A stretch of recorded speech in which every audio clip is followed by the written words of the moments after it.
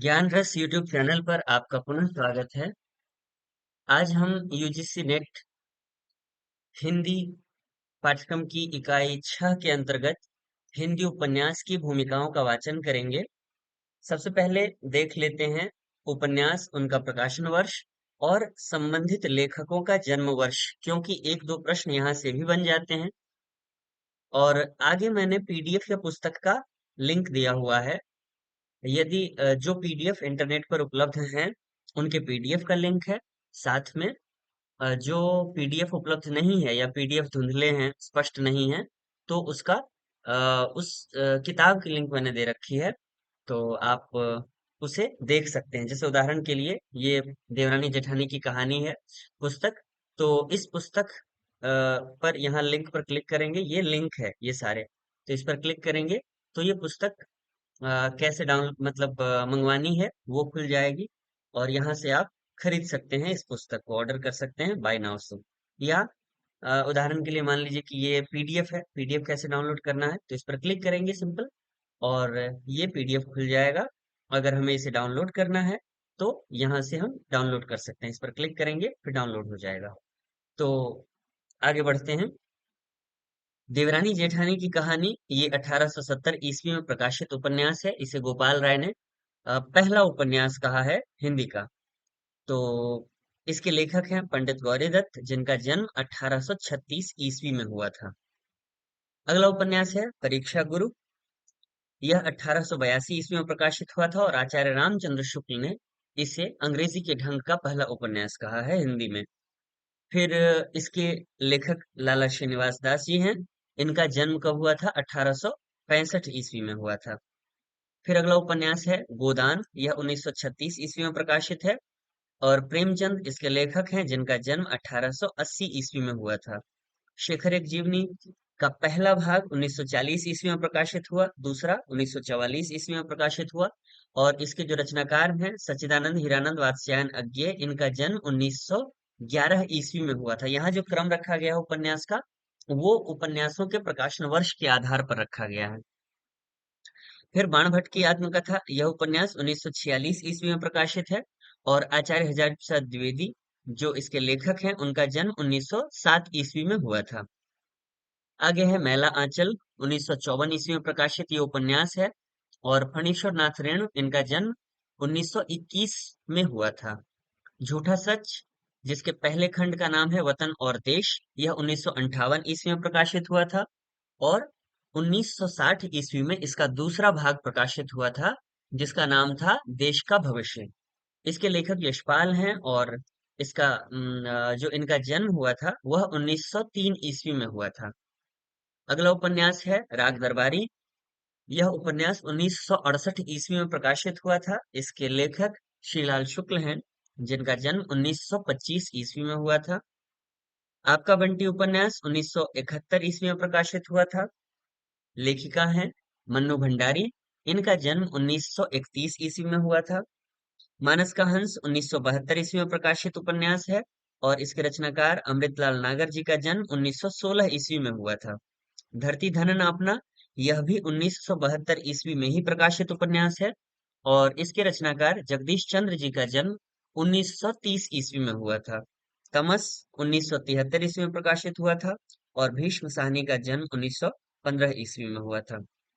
जिंदगी नामा उपन्यास 1979 ईस्वी में प्रकाशित हुआ था और लेखिका कृष्णा सोबती हैं, जिनका जन्म 1925 ईस्वी में हुआ था।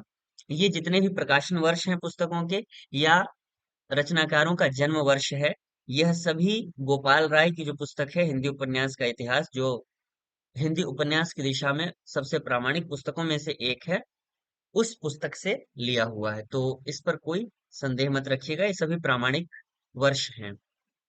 अब आते हैं एक एक करके भूमिकाओं पर। तो सबसे पहले उपन्यास है हमारा देवरानी जेठानी की कहानी, पंडित गौरी दत्त के द्वारा लिखी हुई।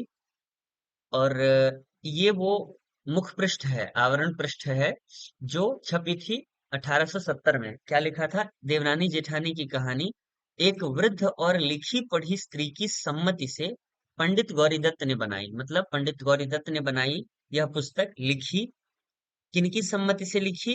तो एक वृद्ध और लिखी पढ़ी मतलब अनुभवी स्त्री की सम्मति से इस उपन्यास को उन्होंने लिखा। और उसके कारण श्रीयुत एम केमसन साहिब बहादुर वगैरह वगैरह इनके द्वारा रचनाकार को 100 रुपए की इनाम राशि मिली थी उस समय। और ये सन 1870 में छपी थी पुस्तक, और इसका मूल्य था 12 आना। अब आते हैं भूमिका पर, जो पंडित गौरी दत्त ने लिखी है। स्त्रियों को पढ़ने पढ़ाने के लिए जितनी पुस्तकें लिखी गई हैं, सब अपने अपने ढंग और रीति से अच्छी हैं, परंतु मैंने इस कहानी को नए रंग ढंग से लिखा है। मुझको निश्चय है कि दोनों स्त्री पुरुष इसको पढ़कर अति प्रसन्न होंगे और बहुत लाभ उठाएंगे। जब मुझको यह निश्चय हुआ कि स्त्री स्त्रियों की बोली और पुरुष पुरुषों की पसंद करते हैं, जो कोई स्त्री पुरुषों की बोली व पुरुष स्त्रियों की बोली बोलता है, उसको नाम धरते हैं। नाम धरना मतलब बदनामी फैलाना। इस कारण मैंने इस पुस्तक में स्त्रियों ही की बोलचाल और वही शब्द, जहां जैसा आशय है, लिखे हैं। और यह वह बोली है जो इस जिले के बनियों के कुटुंब में स्त्री पुरुष व लड़के बाले बोलते चालते हैं। संस्कृत के बहुत शब्द और पुस्तकों जैसे इसलिए नहीं लिखे कि न कोई चित्त से पढ़ता है न सुनता है। इस पुस्तक में यह भी दर्शा दिया गया है कि इस देश के बनिए जन्म मरण विवाह आदि में क्या क्या करते हैं, पढ़ी बेपढ़ी स्त्रियों में क्या क्या अंतर है, बालकों का पालन और पोषण किस प्रकार होता है और किस प्रकार होना चाहिए, स्त्रियों का समय किस किस काम में व्यतीत होता है और क्यों कर होना चाहिए, क्यों कर होना उचित है। बेपढ़ी स्त्री जब एक काम को करती है, उसमें क्या क्या हानि होती है, पढ़ी हुई जब उसी काम को करती है, उससे क्या क्या लाभ होता है। स्त्रियों की वह बातें जो आज तक नहीं लिखी गईं, मैंने खोज कर सब लिख दी हैं। और इस पुस्तक में ठीक ठीक वही लिखा है जैसा आजकल के बनियों के घरों में हो रहा है। बाल बराबर भी अंतर नहीं है। तो पूरी तरह से भाषा के तौर पर या विषय वस्तु की दृष्टि से यथार्थ पर पूरी तरह से बल दिया है यहाँ रचनाकार ने। आगे है, प्रकट हो कि यह रोचक और मनोहर कहानी श्रीयुत एम केमसन साहिब डायरेक्टर ऑफ पब्लिक इंस्ट्रक्शन बहादुर को ऐसी पसंद आई, मन को भाई और चित्त को लुभाई कि शुद्ध करके इसके छपने की आज्ञा दी और 200 पुस्तक मोल ली। श्रीमन महाराजाधिराज पश्चिम देशाधिकारी श्रीयुत लेफ्टिनेंट गवर्नर बहादुर के यहाँ से चिट्ठी नंबर 2672 की लिखी हुई 24 जून सन 1870 के अनुसार इस पुस्तक के कर्ता पंडित पंडित गौरी दत्त को 100 रुपए इनाम मिले। दया उनकी मुझ पर, ये 100 रुपए बहुत बड़ी रकम है, क्योंकि यह बात आज से 150 साल पहले की है।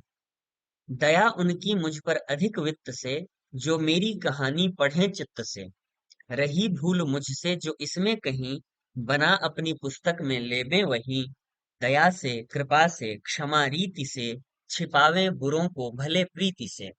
गौरीदत्त शर्मा। ये पुस्तक की भूमिका थी। अब यहाँ से उपन्यास शुरू होता है कि मेरठ में सर्वसुख नाम का एक अग्रवाल बनिया था। यह पंक्ति पूछी हुई है। तो ये था पहले उपन्यास, देवरानी जेठानी की कहानी की भूमिका। अगला उपन्यास है परीक्षा गुरु, जिसके लेखक हैं लाला श्रीनिवास दास। इसका पीडीएफ उपलब्ध है, आप लोग डाउनलोड कर सकते हैं। पहले यहाँ उनका जीवन चरित्र दिया हुआ है, फिर उसके बाद है ये भूमिका जिसको इन्होंने निवेदन नाम दिया है। देखते हैं निवेदन में क्या है। अब तक नागरी और उर्दू भाषा में अनेक तरह की अच्छी अच्छी पुस्तकें तैयार हो चुकी हैं, परंतु मेरे जान इस रीति से कोई नहीं लिखी गई, इसलिए अपनी भाषा में यह नई चाल की पुस्तक होगी। ये नई चाल की पुस्तक कह रहे हैं, परंतु नई चाल होने से ही कोई चीज अच्छी नहीं हो सकती, बल्कि साधारण रीति से तो नई चाल में तरह तरह की भूल होने की संभावना रहती है। और मुझको अपनी मंद बुद्धि से और भी अधिक भूल होने का भरोसा है। इसलिए मैं अपनी अनेक तरह की भूलों से क्षमा मिलने का आधार केवल सज्जनों की कृपा दृष्टि पर रखता हूँ। यह सच है कि नई चाल की चीज देखने को सबका जी ललचाता है, परंतु पुरानी रीति के मन में समाये रहने और नई रीति को मन लगाकर समझने में थोड़ी मेहनत होने से पहले पहल पढ़ने वालों का जी कुछ उलझने लगता है और मन उछट जाता है। इससे उसका हाल समझ में आने के लिए मैं अपनी तरफ से यहाँ कुछ खुलासा किया चाहता हूँ। पहले तो पढ़ने वाले इस पुस्तक में सौदागर की दुकान का हाल पढ़ते ही चकरावेंगे, क्योंकि अपनी भाषा में अब तक वार्ता रूपी जो पुस्तकें लिखी गई हैं, उनमें अक्सर नायक नायिका वगैरह का हाल ठेठ सिलसिलेवार यथाक्रम लिखा गया है। जैसे कोई राजा बादशाह सेठ साहूकार का लड़का था, उसके मन में इस बात से यह रुचि हुई और उसका यह परिणाम निकला। ऐसा सिलसिले ऐसा सिलसिला इसमें कुछ भी नहीं मालूम होता। लाला मदन मोहन एक अंग्रेजी सौदागर की दुकान में असबाब देख रहे हैं। असबाब अर्थात सामान। लाला ब्रजकिशोर, मुंशी चुन्नीलाल और मास्टर शंभू दयाल उनके साथ हैं। इनमें मदन मोहन कौन, ब्रजकिशोर कौन, चुन्नीलाल कौन और शंभू दयाल कौन है, इनका स्वभाव कैसा है, परस्पर संबंध कैसा है, हर एक की हालत क्या है, यहाँ इस समय किस लिए इकट्ठे हुए हैं, यह बातें पहले से कुछ भी नहीं जताई गई। हाँ, पढ़ने वाले धैर्य से सब पुस्तक पढ़ लेंगे तो अपने अपने मौके पर सब भेद खुलता चला जाएगा और आदि से अंत तक सब मेल मिल जाएगा। परंतु जो साहब इतना धैर्य न रखेंगे, वह इसका मतलब भी नहीं समझ सकेंगे। अलबत्ता किसी नाटक में यह रीति पहले से पाई जाती है, परंतु उसकी इसकी लिखने की रीति जुदी जुदी है। नाटकों में जिसका वचन होता है, उसका नाम आदि में लिख देते हैं और वह पैराग्राफ। इसका संदर्भ दिया हुआ है नीचे। पैराग्राफ के प्रारंभ में हर जगह नए सिरे से जरा सी लकीर छोड़कर लिखा जाता है और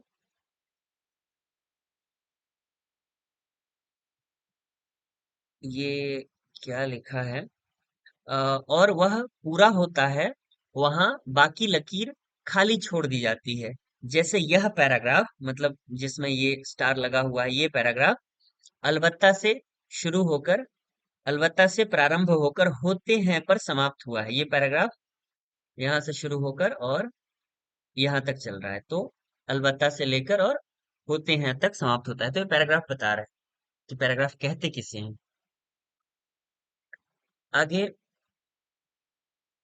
हाँ, उसका वचन समझा जाता है, परंतु इसमें ऐसा नहीं होता। इसमें ऐसा अर्थात इन्वर्टेड कॉमा चिन्ह अर्थात इन्वर्टेड कॉमा या कोटेशन के भीतर कहने वाले का वचन लिखा जाता है और कहने वाले का नाम वचन के बीच में या अंत में, जहां पुस्तक रचने वाले को जगह मिलती है, वह लिख देता है, अथवा नाम लिखे बिना पढ़ने वाले को कहने वाले का वचन मालूम हो सके तो नहीं भी लिखता।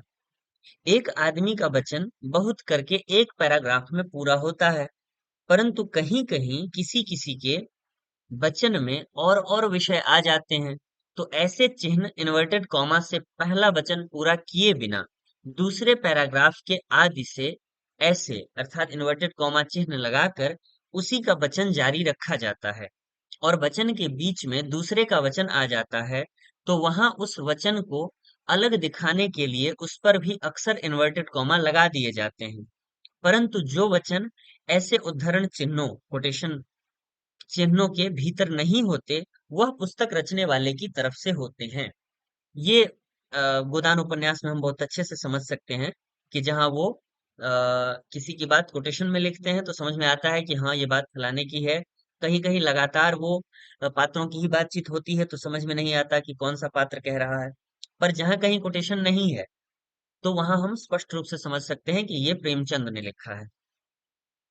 और चिन्हों में ऐसा, कॉमा, किंचित विश्राम, ऐसा, सेमीकोलन अथवा कॉलन, अर्ध विश्राम, ऐसा, डॉट, फुल स्टॉप, पूर्ण विश्राम, ऐसा, इंट्रोगेशन, प्रश्न की जगह, ऐसा, एक्सक्लेमेशन, आश्चर्य अथवा संबोधन वगैरह के जो शब्द को जोर देकर बोलने चाहिए, उनके आगे ऐसा चिन्ह बात अधूरी छोड़ने के समय लगाया जाता है। और ऐसे चिन्हों पैरेंथेसिस के भीतर पहले पद का खुलासा अर्थ या चलते प्रसंग में कोई दुतरफी अथवा विशेष बात जतानी होती है, वह लिख देते हैं।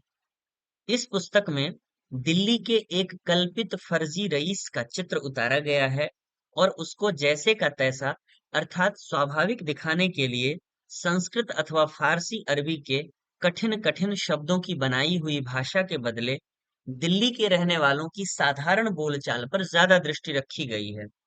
अलबत्ता जहाँ कुछ विद्या विषय आ गया है, वहां विवश होकर कुछ कुछ शब्द संस्कृत आदि के लेने पड़े हैं, परंतु जिनको ऐसी बातों के समझने में कुछ झमेल मालूम हो, उनकी सुगमता के लिए ऐसे प्रकरणों पर प्लस अर्थात धन चिन्ह लगा दिया गया है, जिससे उन प्रकरणों को छोड़कर हर एक मनुष्य सिलसिलेवार वृत्तांत पढ़ सकता है। इस पुस्तक में संस्कृत, फारसी, अंग्रेजी कविता का तर्जुमा अपनी भाषा के छंदों में हुआ है। संस्कृत, फारसी, अंग्रेजी अपनी भाषा के छंदों में, परंतु छंदों के नियम और दूसरे देशों का चाल चलन जुदा होने की कठिनाई से पूरा तर्जुमा, तर्जुमा का अर्थ अनुवाद होता है, पूरा तर्जुमा करने के बदले कहीं कहीं भावार्थ ले लिया गया है। अब इस पुस्तक के गुण दोषों पर विशेष विचार करने का काम बुद्धिमानों की बुद्धि पर छोड़कर मैं केवल इतनी बात निवेदन किया चाहता हूँ कि कृपा करके कोई महाशय, ये आलोचकों की बात कर रहे हैं, कोई महाशय पूरी पुस्तक बांचे बिना अपना विचार प्रकट करने की जल्दी न करें, और जो सज्जन इस विषय में अपना विचार प्रकट करें, वह कृपा करके उसकी एक नकल मेरे पास भी भेज दें। यदि कोई अखबार वाला उस अंक की कीमत चाहेगा, तो वह तत्काल उसके पास भेज दी जाएगी। जो सज्जन तरफदारी पक्षपात छोड़कर इस विषय में स्वतंत्रता से अपना विचार प्रकट करेंगे, मैं उनका बहुत उपकार मानूंगा। इस पुस्तक के रचने में मुझको महाभारत आदि संस्कृत, गुलिस्तां वगैरह Farsi, Spectator, Lord Bacon, Goldsmith, William Cowper आदि के पुराने लेखों और स्त्रीबोध आदि के वर्तमान रिसालों से बड़ी सहायता मिली है। इसलिए इन सब का मैं बहुत उपकार मानता हूँ और दीन दयालु परमेश्वर की निर्हेतुक कृपा सच्चे मन से अमित उपकार मानकर यह लेख समाप्त करता हूँ। सज्जनों का कृपाभिलाषी, श्रीनिवास दास, दिल्ली। तो ये इसकी भूमिका थी और यहाँ से फिर आगे उपन्यास शुरू होता है। तो ये परीक्षा गुरु उपन्यास की भूमिका थी। अगला उपन्यास है गोदान। जहां तक मेरी जानकारी है, मैंने जितनी किताबें देखी हैं, गोदान की भूमिका प्रेमचंद ने नहीं लिखी है। पर मेरे पास जो पुस्तक थी उसमें जो फ्लैप पर लिखा हुआ था दो कोटेशन, उसे हम पढ़ लेते हैं। ये कोटेशन ऐसे है, ये नामवर सिंह का कथन है। प्रेमचंद का साहित्य केवल गांधीवाद की शिक्षा नहीं देता, केवल स्वाधीनता की लड़ाई की कहानी नहीं कहता। उनका साहित्य किसान को, साधारण जनता को, उनके साथ काम करने वाले बुद्धिजीवियों को सबक देता है कि किसी तरह जनता को साथ लेकर चलने वाला नेता, राष्ट्र प्रेमी, देश प्रेमी और राष्ट्रीयता के लिए संघर्ष करने वाले लोग मूलतः और अंततः अपने वर्ग हित के लिए लड़ते हैं, और उनके वर्ग हित पर जब चोट पड़ती है तो चोला बदल लेते हैं, पाला बदल लेते हैं, बाना बदल लेते हैं, पक्ष बदल लेते हैं और उनके विरुद्ध चले जाते हैं। ये डॉक्टर नामवर सिंह का कथन है। इसके अलावा फैज अहमद फैज का भी कथन है, अपने वक्त के सच को पेश करने का प्रेमचंद का जो नजरिया था, वह आज के लिए भी माकूल है। गरीबों और सताए गए लोगों के बारे में उन्होंने किसी तमाशबीन की तरह नहीं, एक साझीदार की तरह से लिखा। ये फैज अहमद फैज का कथन है गोदान उपन्यास के संदर्भ में। अब इसके आगे हमारा उपन्यास है शेखर एक जीवनी। और शेखर एक जीवनी जब उपन्यास प्रकाशित हुआ था तो योजना थी 3 भागों में उसे प्रकाशित करने की। तीसरा भाग नहीं प्रकाशित हुआ और 2 भाग ही रह गया जो अभी है। तो देखते हैं इसमें किताब पर जो लिखा हुआ है प्रकाशक की ओर से, संभवतः शेखर एक जीवनी अज्ञे का एक बड़ा उपन्यास है जो 3 भागों में समाप्त होगा। ये योजना थी पहले जो पूरी नहीं हो सकी। प्रथम दो भाग प्रकाशित हो चुके हैं, जो स्वतंत्र रूप में भी रस के साथ पढ़े जा सकते हैं, क्योंकि उनमें कहानी की संबद्ध एक सूत्रता ऐसी नहीं है कि उनको अलग-अलग पढ़ने से रोचकता की क्षति हो। पहला भाग उत्थान 1940 में प्रकाशित हुआ था। पहले भाग का नाम क्या है? उत्थान है। और छपने के बहुत ही थोड़े समय के अंदर समाप्त हो गया था। प्रस्तुत पुस्तक उसी का तृतीय संस्करण है। शेखर का स्थान हमारे साहित्य में बड़ा ऊंचा रहेगा, क्योंकि इसमें चरित्र चित्रण इतना सफल हुआ है कि अन्यत्र देखने में कम मिलता है। अज्ञेय एक बड़े ही जागरूक बुद्धिजीवी हैं, और उनकी लेखनी के पीछे बड़ी महत साधना है, जो उनके लेखन को बड़ा अदम्य बल देती है। वे भाषा के बहुत बड़े शिल्पी भी हैं, और उनके लेखन की मनोहारिता का रहस्य उनकी यही सौंदर्यानुभूति है। प्रस्तुत पुस्तक की प्रत्येक पंक्ति इन दो गुणों का परिचय देगी। हमारी दृष्टि में शेखर आने वाले हिंदी उपन्यास के लिए प्रकाश स्तंभ का कार्य संपन्न करेगा। ये बात बिल्कुल सही है, ये आज हम जान रहे हैं। ये जो संस्करण है, ये पुराना संस्करण है। कब का संस्करण है ये? ये 1946 का ही संस्करण है। तो देखते हैं, इसकी भूमिका विस्तार से लिखी है। इसे समर्पित किया है अज्ञे ने उन सब को जिनके कारण शेखर का निर्माण हुआ, और जो मैं अर्थात अज्ञे प्रार्थना करता हूं इसे कभी नहीं पढ़ेंगे। मतलब जिनके कारण शेखर बने, अज्ञे नहीं चाहते हैं कि वे लोग इसको पढ़ें। ये यहाँ से भूमिका शुरू होती है। पहली पंक्ति बहुत महत्वपूर्ण है, बहुत बार पूछी गई है। वेदना में एक शक्ति है जो दृष्टि देती है, जो यातना में है वह दृष्टा हो सकता है। शेखर एक जीवनी जो मेरे 10 वर्ष के परिश्रम का फल है। 10 वर्ष के परिश्रम का फल है। 10 वर्षों में अभी कुछ देर है, लेकिन जीवनी भी तो अभी पूरी नहीं हुई। घनीभूत वेदना की केवल एक रात में देखे हुए विजन को शब्दबद्ध करने का प्रयत्न है। शेखर एक जीवनी घनीभूत वेदना की केवल एक रात में देखे हुए विजन को शब्दबद्ध करने का प्रयत्न है। आप इसे शेख ही समझ सकते हैं। मेरे कहने का यह अभिप्राय नहीं नहीं है कि इतना बड़ा पोथा मैंने एक रात में गढ़ डाला। नहीं, आप मेरे एक एक शब्द को फिर ध्यान से पढ़िए। शेखर घनीभूत वेदना की केवल एक रात में देखे हुए विजन को शब्दबद्ध करने का प्रयत्न है। संभव है आप जानना चाहें वह रात कैसी थी, किंतु निजी बातों का वर्णन शक्य नहीं होता। न आप न उसका आपके लिए कोई प्रयोजन ही है। आपके लिए तो उसका यही वर्णन और यही महत्व हो सकता है कि उसमें मैंने यह विजन देखा था। वह रात मुझे उपलब्ध कैसे हुई, इसके संबंध में इतना बता सकता हूँ कि जब आधी रात को डाकुओं की तरह आकर पुलिस मुझे बंदी बना ले गई, और उसके तत्काल बाद पुलिस के उच्च अधिकारियों से मेरी कुछ बातचीत, फिर कहा सुनी, और फिर थोड़ी सी मारपीट हो गई, तब मुझे ऐसा दिखने लगा कि मेरे जीवन की इति शीघ्र होने वाली है। फांसी का पात्र मैं अपने को नहीं समझता था, न अब समझता हूँ। लेकिन उस समय की परिस्थिति और अपनी मनस्थिति के कारण यह मुझे असंभव नहीं लगा, बल्कि मुझे दृढ़ विश्वास हो गया कि यही भवितव्य मेरे सामने है। ध्यान रखिए कि अब ये स्वाधीनता संग्राम के दौरान जो गर्म दल है उनकी ओर से लड़ रहे थे, बारूद गोले बनाते थे, और इसी क्रम में उनकी गिरफ्तारी हुई थी। ऊपर मैंने कहा कि घोर यातना व्यक्ति को दृष्टा बना देती है। यहाँ यह भी कहूं कि घोर निराशा उसे अनासक्त बनाकर दृष्टा होने के लिए तैयार करती है।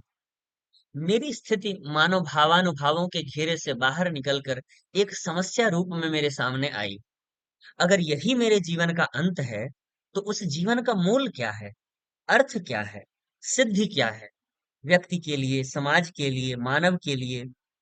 इस जिज्ञासा की अनासक्त निर्ममता के और यातना की सर्वभेदी दृष्टि के आगे मेरा जीवन धीरे धीरे खुलने लगा। एक निजू और अप्रासंगिक विसंगति के रूप में नहीं, एक घटना के रूप में, एक सामाजिक तथ्य के रूप में। और धीरे धीरे कार्य कारण परंपरा के सूत्र सुलझ सुलझ कर हाथ में आने लगे। पौ फटने तक अर्थात सवेरा होने तक सारा चित्र बदल गया। अर्थ के बहुत से सूत्र मेरे हाथ में थे, लेकिन देह जैसे झर गई थी, धूल हो गई थी। थक कर, किंतु शांति पाकर मैं सो गया और 2-3 दिन तक सोया रहा। यही उस रात के बारे में कह सकता हूँ। उसके बाद महीना भर तक कुछ नहीं हुआ। 1 मास बाद जब मैं लाहौर किले से अमृतसर जेल ले जाया गया, तब लेखन सामग्री इनको कहाँ गिरफ्तार किया गया था? लाहौर किले में। और उसके बाद उनको अमृतसर जेल ले जाया गया। तब लेखन सामग्री पाकर मैंने 4-5 दिन में उस रात में समझे हुए जीवन के अर्थ और उसकी तर्क संगति को लिख डाला। पेंसिल से लिखे हुए वे 100 पन्ने शेखर एक जीवनी की नींव है। पेंसिल से लिखे हुए वे 100 पन्ने शेखर एक जीवनी की नींव है। उसके बाद 9 वर्ष से अधिक मैंने उस प्राण दीप्ति को एक शरीर दे देने में लगाए हैं, और उसी को शरीर देने के लिए, इसलिए कि वसी वैसी इंटेंसिटी, तीव्रता केवल कल्पना के सहारे नहीं मिल सकती। वह जीवन में ही मिल जाए तो कल्पना से उसे संयत किया जा सकता है, पूर्वापर परंपरा का जामा ही पहनाया जा सकता है। यदि आपने क्रांतिकारियों के जीवन का कुछ भी अध्ययन किया होगा, तो आप पाएंगे कि अथक कार्यशील इन प्राणियों में उनके सारे कृतित्व के नीचे छिपी हुई एक कठोर नियति रहती है। क्रांतिकारी अंततोगत्वा एक प्रकार के नियतिवादी होते हैं, लेकिन यह नियतिवाद उन्हें अक्षम और निकम्मा बनाने वाला कोरा भाग्यवाद नहीं होता। वह उन्हें अधिक निर्मम होकर कार्य करने की प्रेरणा देता है। इसमें वह गीता के कर्मयोग से एक सीढ़ी आगे होता है, क्योंकि वह कर्ता को निरा निमित्त नहीं बना देता। यदि यूं कहा जाए कि क्रांतिकारी का नियतिवाद अटल नियति की स्वीकृति न होकर जीवन की विज्ञान संगत कार्य कारण परंपरा पर गहरा, यद्यपि अस्पष्ट विश्वास होता है, तो शायद सच्चाई के अधिक निकट होगा। क्रांतिकारी के नियतिवाद के बारे में कह रहे हैं। मेरा ख्याल है कि आज के अधिकांश वैज्ञानिक भी कुछ इसी प्रकार के नियतिवादी हैं। तो शेखर एक जीवनी के क्रांतिकारी नायक ने अपने जीवन में इसी नियति के सूत्र को पहचानने का प्रयत्न किया है, क्योंकि उसे पहचान लेना ही जीवन को समझ लेना है, उसकी पूर्ति पा लेना। ईश्वर जो करता है, अच्छा ही करता है। अतएव प्रत्येक घटना स्वयं अपनी सिद्धि है। यह भी एक मार्ग है। लेकिन इस तर्क परंपरा को जो व्यक्ति स्वीकार नहीं कर सकता, उसके लिए जीवन को सह्य बनाने का दूसरा उपाय यही हो सकता है। इसीलिए आप पाएंगे कि जीवनी के पहले भाग में शेखर अपने बाल्यकाल की छोटी-छोटी घटनाओं की भी जांच कर रहा है। बाल्यकाल का अध्ययन स्वयं अपना महत्व रखता है, और विदेशों के कई कलाकारों ने बाल्य मन का अध्ययन और चित्रण किया है। लेकिन जीवनी में यह अध्ययन साध्य नहीं है। यह केवल उन सूत्रों को खोजने का साधन है जो होते हैं प्रत्येक जीवन में, किंतु जिन्हें देखने की शक्ति सदा नहीं होती।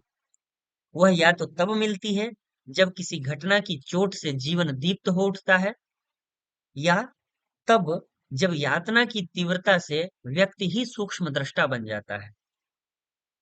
अपनी रचना के बारे में कुछ कहने का अधिकार मुझे नहीं है, लेकिन शेखर का और अपना संबंध ध्यान में रखते हुए मुझे लगता है कि इसी में उसके जीवन की महानता और इसी में उसकी दीनता है।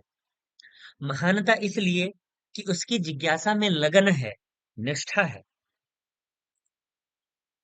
दीनता इसलिए कि इस तीव्रता के कारण ही वह कई जगह सच्चा शोधक न रहकर केवल हेतुवादी रह जाता है, और उसका हेतुवाद, रैशनल रैशनलाइजेशन, करुण और दयनीय जान पड़ने लगता है। यहाँ इन्होंने संदर्भ दिया हुआ है, देखते हैं क्या है संदर्भ। तो ये है संदर्भ। उपर्युक्त कथन के बाद यह कहने की तो आवश्यकता नहीं होना चाहिए कि यद्यपि शेखर का जीवन दर्शन सामान्यतया उसके लेखक का भी जीवन दर्शन है। देखिए, महत्वपूर्ण पंक्ति है कि यद्यपि शेखर का जीवन दर्शन सामान्यतया उसके लेखक का भी जीवन दर्शन है, तथापि उसमें जहां तहां शेखर जिन रैशनलाइजेशंस या फैलेसीज की शरण लेता है वे शेखर की ही है, उसके लेखक की नहीं। तर्क की ऐसी करुण भूलें सभी करते हैं, लेकिन एक कहानी के पात्र में जो त्रुटि है, ठीक वही त्रुटि उसके लेखक में भी है, यह मानना गलती है। यह यहाँ इसलिए कहना पड़ता है कि हिंदी का पाठक ऐसी भूल प्रायः करता है, यह मैं अनुभव से जानता हूँ। कुल मिलाकर ये कह रहे हैं कि पूरी तरह से ये मत समझ लेना कि शेखर ही अज्ञेय है, अज्ञेय ही शेखर है। तो संक्षेप में यही शेखर एक जीवनी की बुनियाद की कहानी है। आप कहेंगे यह तो एक विजन नहीं, यह एक तर्क प्रणाली है, एक फलसफा है। लेकिन मैं मानता हूं कि फलसफा भी अंततः दृष्टि है, विजन है। और अपनी धारणा की पुष्टि के लिए फलसफे के हिंदी नाम की शरण लेता हूं, दर्शन। यह जो भूमिका है वो कई खंडों में है, तो यहाँ से अब दूसरा खंड शुरू होता है, भूमिका का ही दूसरा खंड।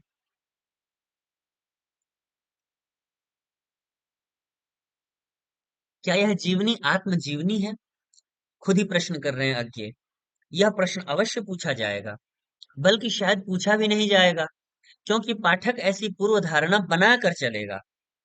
हिंदी में जहां प्रत्येक कवि अपनी स्त्री को लक्ष्य करके लिखता है, जहां वियोग की कविता, ये देखिए बड़ी टिप्पणी है, हिंदी में जहां प्रत्येक कवि अपनी स्त्री को लक्ष्य करके लिखता है, जहां वियोग की कविता इतने भर से प्रमाणित मान ली जाती है कि उसे अमुक जी ने अपनी पत्नी के देहांत के बाद लिखा है, वहां यह आशा करना व्यर्थ है कि शेखर, जो केवल एक जीवनी ही नहीं, एक व्यक्ति की अपने मुंह कही हुई अपनी जीवनी है, उसके लेखक की जीवनी नहीं मान ली जाएगी।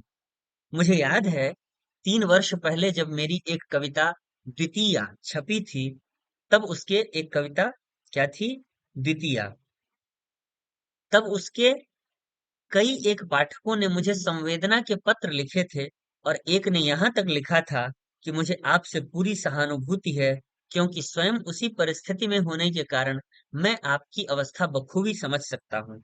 पत्र के संपादक ने भी, यद्यपि कुछ मजाक में, पूछा था कि आपका पहला विवाह तो हुआ नहीं, दूसरी पत्नी से यह झगड़ा कैसा? ऐसे व्यक्तियों को यदि प्रमाण मिल जाए कि मैंने बिना एक भी विवाह किए हुए दूसरे विवाह की बात लिख दी है, तो वे समझेंगे कि उन्हें धोखा दिया गया है। यह कहते खेद होता है, किंतु बात है सच कि आजकल का अधिकांश हिंदी साहित्य और आलोचना एक भ्रांत धारणा पर आश्रित है कि आत्मघटित आत्मानुभूत नहीं, क्योंकि अनुभूति बिना घटित के भी हो सकती है, का वर्णन ही सबसे बड़ी सफलता और सबसे बड़ी सच्चाई है। मतलब आत्मघटित का वर्णन ही सबसे बड़ी सफलता और सबसे बड़ी सच्चाई है। यह बात हिंदी के कम लेखक समझते या मानते हैं कि कल्पना और अनुभूति सामर्थ्य, सेंसिबिलिटी के सहारे दूसरे के घटित में प्रवेश कर सकना, और वैसा करते समय आत्मघटित की पूर्व धारणाओं और संस्कारों को स्थगित कर सकना, ऑब्जेक्टिव हो सकना ही लेखक की शक्ति का प्रमाण है। इसके विपरीत लेखकों में ऐसे अनेक मिल जाएंगे जो ऐसी अनुभूति, मैं फिर कहता हूं कि आत्मघटित ही आत्मानुभूत नहीं होता, पर घटित भी आत्मानुभूत हो सकता है, यदि हम में सामर्थ्य है कि हम उसके प्रति खुले रह सकें। तो जो ऐसी अनुभूति को परकीय, सेकंड हैंड, अतएव घटिया और असत्य कहेंगे, ऐसे व्यक्तियों के लिए टी.एस. इलियट की उस उक्ति का कोई अर्थ नहीं होगा, जो वास्तव में इसका एकमात्र उत्तर है। क्या है वो बात? There is always a separation between the man who suffers and the artist who creates, and the greater the artist, the greater the separation. अर्थात भोगने वाले प्राणी और सृजन करने वाले कलाकार में सदा एक अंतर रहता है, और जितना बड़ा कलाकार होता है उतना ही भारी यह अंतर होता है। ये टी.एस. इलियट की उक्ति है, जिसे अज्ञे ने उद्धृत किया है। लेकिन यह एक लंबा विषयांतर हो गया है, और मुझे मानना पड़ेगा कि एलियट के कथनानुसार मैं बहुत बड़ा आर्टिस्ट नहीं हो सका हूं। शेखर का एक भी पात्र ऐसा नहीं है जो न्यूनाधिक मात्रा में एक संश्लिष्ट चित्र, कंपोजिट कैरेक्टर नहीं है। यद्यपि मेरी अनुभूति और मेरी वेदना शेखर को अभिसिंचित कर रही है, और ये मान रहे हैं मेरी अनुभूति और मेरी वेदना शेखर को अभिसिंचित कर रही है, और यह अभिसिंचन ऐसा है कि उससे यह कहकर छुटकारा नहीं पाया जा सकता कि अंततोगत्वा सभी गल्प साहित्य आत्मकथा मूलक हैं, अपने ही जीवन का चित्रण नहीं, तो प्रक्षेपण है, प्रोजेक्शन है, अपने स्यात् की कहानी है। शेखर में मेरापन कुछ अधिक है। इलियट का आदर्श, जिसकी महानता मैं मानता हूं, मुझसे नहीं निभ सका है। शेखर निस्संदेह एक व्यक्ति का अभिन्नतम निजी दस्तावेज। यही पंक्ति अभी जो पीछे परीक्षा हुई थी दिसंबर 2025 वाली, उसमें पूछी गई थी। शेखर निस्संदेह एक व्यक्ति का अभिन्नतम निजी दस्तावेज, रिकॉर्ड ऑफ पर्सनल सफरिंग है, यद्यपि वह साथ ही उस व्यक्ति के युग संघर्ष का प्रतिबिंब भी है। इतना और ऐसा निजी वह नहीं है कि उसके दावे को आप एक आदमी की निजी बात कहकर उड़ा सकें। मेरा आग्रह है कि उसमें मेरा समाज और मेरा युग बोलता है, कि वह मेरे और शेखर के युग का प्रतीक है। लेकिन इतना सब होते हुए भी मैं जानता हूं कि यदि इस उपन्यास का सूत्रपात दूसरी परिस्थिति में और दूसरे ढंग से और शायद दूसरे अधिक समर्थ हाथों से हुआ होता, तो इस भूमिका की आवश्यकता न रहती, और न ही इसकी संपूर्ण उपेक्षा करते हुए पाठक के यह कहने की गुंजाइश रहती कि शेखर में घटनाओं की तो बात ही क्या, स्थान भी लेखक के देशाटन की परिचर्या से मेल खाते हैं। मतलब ऐसा उनसे कहा गया है। यद्यपि यह कहने की, इसीलिए ये सिंगल इन्वर्टेड कॉमा में है, यहाँ से यहाँ तक। यद्यपि यह कहने के लिए लेखक को मेरे संबंध में विशेष रूप से जानकार होना पड़ता। इस अंतिम साम्य के बारे में एक बात कह दूं। शिशु मानस के चित्रण की सच्चाई के लिए मैंने शेखर के आरंभ के खंडों में घटना स्थल अपने ही जीवन से चुने हैं। तो जो शेखर के आरंभ के खंड हैं, उसमें घटना स्थल जो है वो अज्ञे के अपने जीवन के हैं। फिर क्रमशः बढ़ते हुए शेखर का जीवन और अनुभूति क्षेत्र मेरे जीवन और अनुभूति क्षेत्र से अलग चला गया है। यहाँ तक कि मैंने स्वयं अनुभव किया है कि मैं एक स्वतंत्र व्यक्ति की प्रगति का दर्शक और इतिहासकार हूँ। उसके जीवन पर मेरा किसी तरह का भी वश नहीं रहा है। एक पात्र के सृष्टा के लिए ऐसा कहना उचित है या नहीं, पात्र सचमुच ऐसा स्वतंत्र अस्तित्व रख सकता है या नहीं, लेखक के हाथों का कठपुतला न रहकर स्वयं लेखक को बाध्य कर सकता है या नहीं, ऐसे गूढ़ प्रश्नों में जिनकी रुचि हो, वे पिरांडेलो की साक्षी ले सकते हैं। ये विदेशी रचनाकार होंगे जिन्होंने रचनाएं लिखी होंगी। तीसरा खंड है भूमिका का। जीवनी का सूत्रपात कैसे हुआ और उसे पाठक किस रोशनी में देखें। जीवनी का अर्थ है यह उपन्यास शेखर एक जीवनी। किस रोशनी में देखें, इसके बारे में मुझे जो निवेदन करना था वह मैं कर चुका, लेकिन शायद इसके बाद भी कुछ कहने को रह जाता है, क्योंकि पाठक के सामने इस भूमिका के साथ जीवनी का एक भाग ही पहुंचेगा, दो बाकी रह जाएंगे। तो शेखर एक जीवनी जो है, उसकी भूमिका में स्वयं अज्ञे ने भी स्पष्ट किया है कि 3 भागों में इसे लिखे जाने की योजना थी। ये 2 बाकी रह जाएंगे, इसलिए कह रहे हैं क्योंकि ये 1940 में जो प्रकाशित हुआ था पहला भाग, उसकी भूमिका है ये। शेखर एक जीवनी 3 भागों में विभक्त है। तीनों भाग एक ही कथा सूत्र में गूंथे होकर भी अलग अलग भी प्रायः संपूर्ण हैं। कहा जा सकता है कि जीवनी वास्तव में 3 स्वतंत्र उपन्यासों का अनुक्रम है। ऐसा न भी होता तब भी उन्हें अलग अलग छापा जा सकता था। ऐसा होने पर तो विशेष सफाई देने की जरूरत नहीं है। जो एक भाग पढ़ने के बाद दूसरा पढ़ना नहीं चाहेंगे, उनको यह सोचने की आवश्यकता नहीं कि उन्होंने अधूरी कहानी पर वक्त बर्बाद किया। वे एक को ही पूरा उपन्यास मान सकते हैं और उसी पर अपनी राय भी कायम कर सकते हैं। मैं पक्षपात की शिकायत नहीं करूंगा, किंतु जो पाठक पहला भाग पढ़ते हुए जानना चाहते हैं कि शेष भाग वे क्यों पढ़ें या उनके बारे में कैसी पूर्व धारणा बनाकर चलें, उनके लिए कुछ निवेदन करना यहाँ अप्रासंगिक न होगा। अतः उन पाठकों के लिए मैं कहना चाहता हूं कि अभिप्राय की यदि उतना दंभ कर सकूं, तो कहूं कि संदेश की दृष्टि से शेखर के 3 भागों में एक एकांतत है।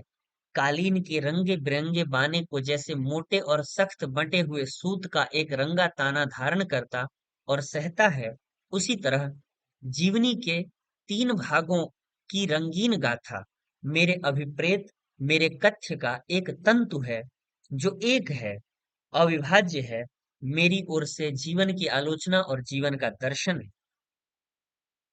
जीवनी को गढ़ते हुए, ध्यान रखिए यहाँ गढ़ना शब्द का इस्तेमाल हुआ है।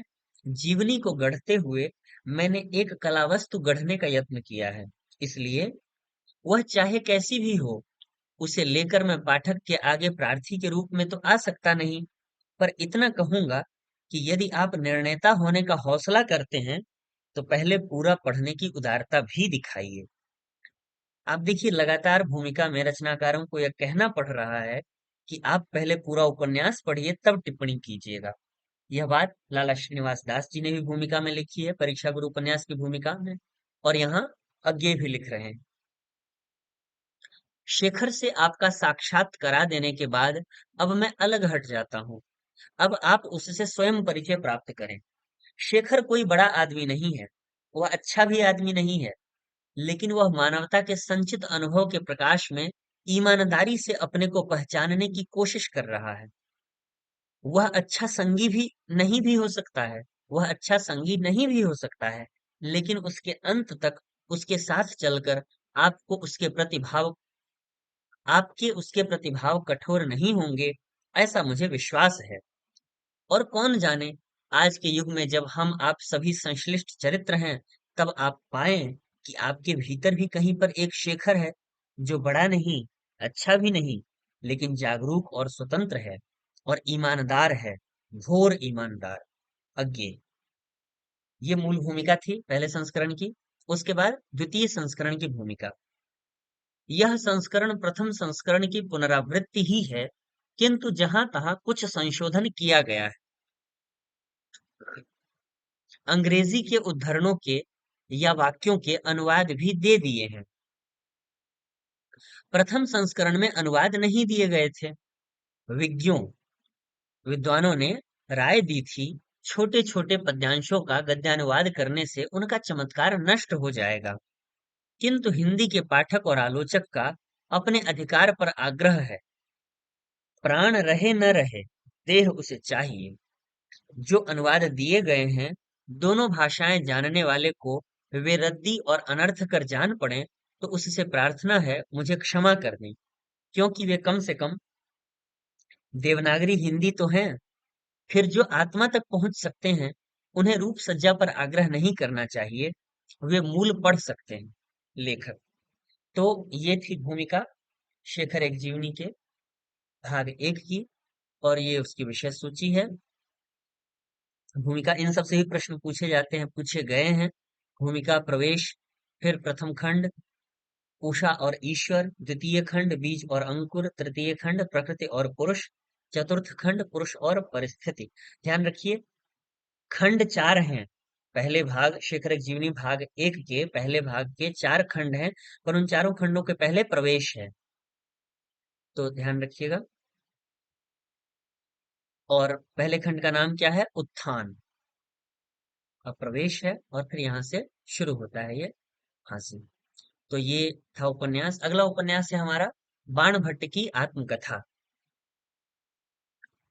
इस उपन्यास के उपन्यासकार आचार्य हजारी प्रसाद द्विवेदी हैं, और उन्होंने भूमिका लिखी है निवेदन। इससे पहले किनकी भूमिका का नाम निवेदन था? परीक्षा गुरु उपन्यास की जो भूमिका थी, वहां भी लाला श्रीनिवास दास जी ने निवेदन लिखा था। अब देखिए आत्मकथा प्रकाशित हो रही है। आत्मकथा अर्थात बाणभट्ट की आत्मकथा अनेक मित्रों के आग्रह, अनुरोध और शुभेच्छा का ही यह परिणाम है।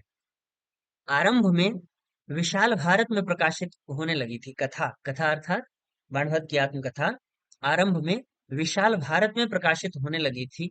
अगर उस पत्र के यशस्वी सुहृदवर श्री मोहन सिंह सेंगर ने बार बार बढ़ावा देकर लिखवा न ली होती, तो कथा लिखी ही न जाती। विचार था कि समाप्त होने के बाद इस कथा पर एक विस्तृत आलोचना लिखी जाए, समय के अभाव में ऐसा नहीं हो सका। सहृदय पाठकों के लिए यह कार्य छोड़ दिया गया। एक विशेष अभिप्राय से रवींद्रनाथ की एक कविता का भाव इसमें एक स्थान पर जोड़ दिया गया था।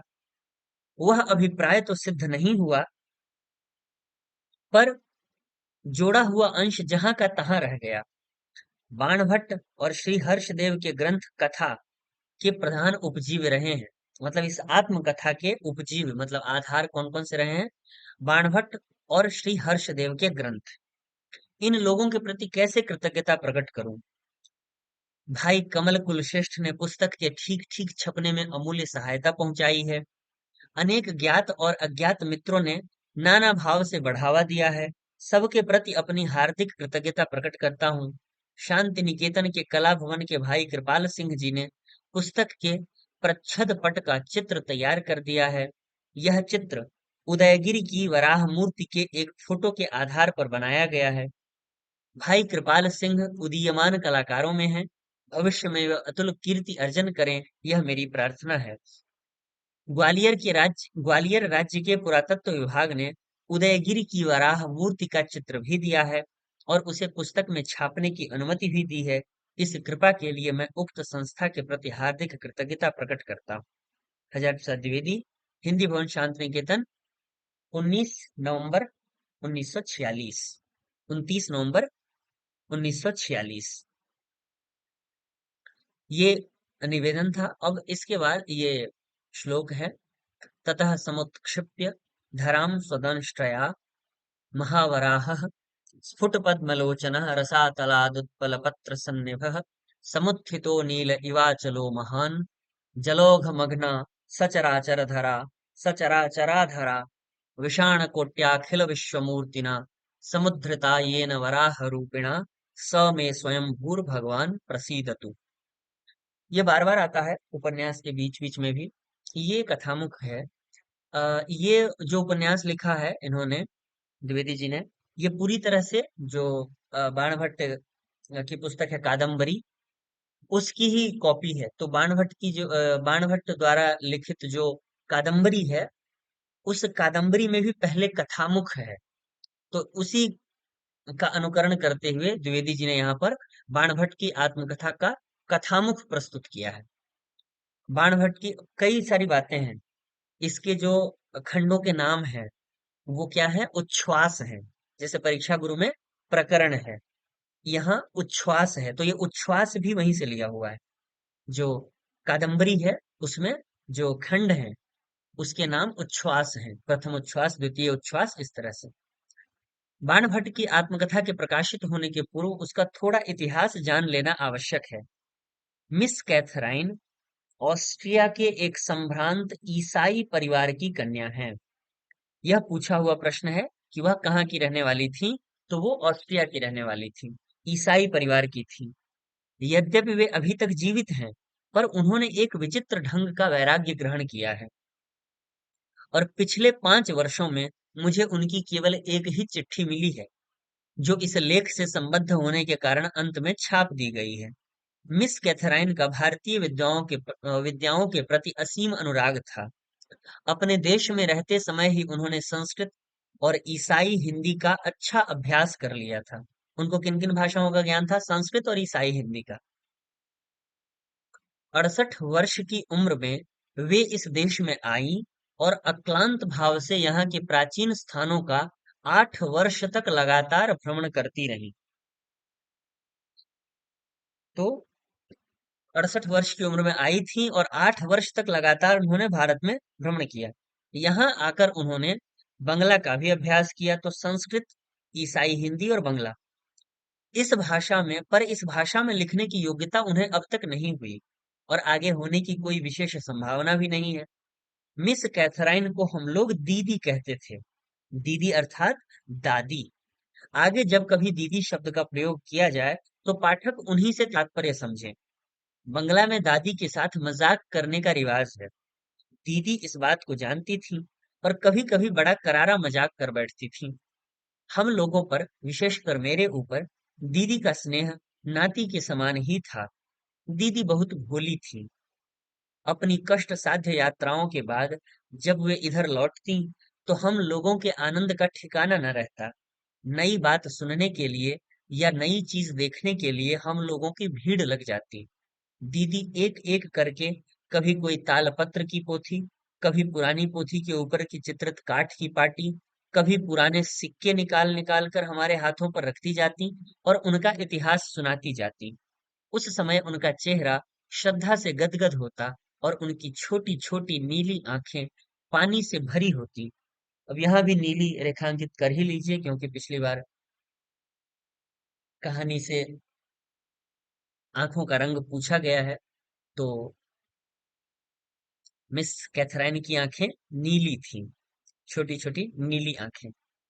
फिर धीरे से उनकी जेब से एक सफेद बिल्ली का बच्चा निकलता। बिल्ली कैसा था? सफेद। बिल्ली का बच्चा, उसका रंग सफेद था, बिल्कुल सिकुड़ा हुआ। हम लोग इस मजाक से परिचित थे। दीदी को प्रसन्न करने के लिए हम में से कोई बड़ी उत्सुकता के साथ बिल्ली के उस बच्चे को इस प्रकार लेता मानो कोई हस्तलिखित पोथी ले रहा हो, और तब वह बिलौटा कूद जाता और हम लोग मानो अकचका कर डर जाते। फिर दीदी इतना हंसती कि नूतन कुटीर की छत हिल जाती। दीदी के इस हर्षातिरेक का परिणाम यह होता कि यार लोग संग्रहित बहुमूल्य वस्तुओं में से कुछ को दबा जाते। मैंने कभी ऐसा अपकर्म नहीं किया, पर दीदी को पता भी नहीं चलता। कभी कभी दीदी जब ध्यानस्थ हो जाती तो उनका वली कुंचित मुखमंडल बहुत ही आकर्षक होता। ऐसा जान पड़ता कि साक्षात सरस्वती आविर्भूत हुई है। ऊधम करते हुए छोकरे पास से निकल जाते, धूल उड़ाती हुई बैलगाड़ियां चली जाती, कुत्ते उछल कूद से शुरू कर लड़ाई झगड़े पर आमादा हो जाते, और दीदी कर्पूर प्रतिमा की भांति निर्वाक, निश्चल, निस्पंद रहती। निस्पंद ही रहती। जब उनकी समाधि टूटती तब उनकी बातें सुनने लायक होती। अंतिम बार दीदी राजगृह से लौटी थी। उनके चेहरे से ऐसा जान पड़ता था कि बुद्धदेव से उनकी जरूर भेंट हुई होगी। मैं जब मिलने गया तो यद्यपि वे थकी हुई थीं, पर यह कहना न भूली कि उन्हें राजगृह में एक स्यार मिल गया था। राजगृह में एक स्यार मिल गया था, जो उन्हें देखकर 3 बार ठिठक ठिठक कर खड़ा हुआ, जैसे कुछ कहना चाहता हो। दीदी का विश्वास था कि वह बुद्धदेव का समसामयिक था और उसी युग की कोई बात कहना चाहता था, क्योंकि दीदी ने स्पष्ट ही उसके चेहरे पर एक निरीह करुण भाव देखा था। आहा, उस युग के स्यार भी कैसे करुणावान होते थे।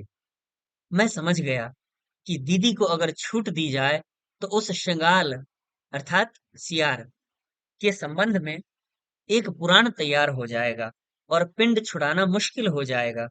मैंने कहा, दीदी आज विश्राम करो, स्यार की बात कल होगी। दीदी ने भाव विह्वल होकर कहा, हाँ रे, थक गई हूँ। जा, आज भाग जा, कल जरूर आना। देख, इस बार शोण नदी के दोनों किनारों की पैदल यात्रा करके आई हूँ। शोण नद। मैं जैसे अचरज में आ गया। शोण नद? हाँ रे, शोण नद। कुछ मिला है दीदी? बहुत कुछ, कल आना। मैं 75 वर्ष की इस बुढ़िया के साहस और अध्यवसाय की बात सोचकर हैरान था। 75 वर्ष। उस समय उठ गया। आहार के समय एक बार लौटकर फिर आया। सोचा, इस समय दीदी को घर पर भोजन के लिए ले चलूं, पर देखा दीदी सामने मैदान में ध्यानस्थ बैठी हैं। आहा, चांदनी इसी को तो कहते हैं। सारा आकाश घने नील वर्ण के अच्छोद सरोवर की भांति एक दिगंत से दूसरे दिगंत तक फैला हुआ था। उसमें राजहंस की भांति चंद्रमा धीरे धीरे तैर रहा था। दूर कोने में एक दो मेघ शिशु दिन भर के थके मांदे सोए हुए थे। नीचे से ऊपर तक केवल चांदनी ही चांदनी फैली थी, और मैदान में दीदी निश्चल समाधि की अवस्था में बैठी थी। पास ही खड़ा एक छोटा सा खजूर वृक्ष सारी शून्यता को समता दे रहा था। मैं चुपचाप खिसक गया।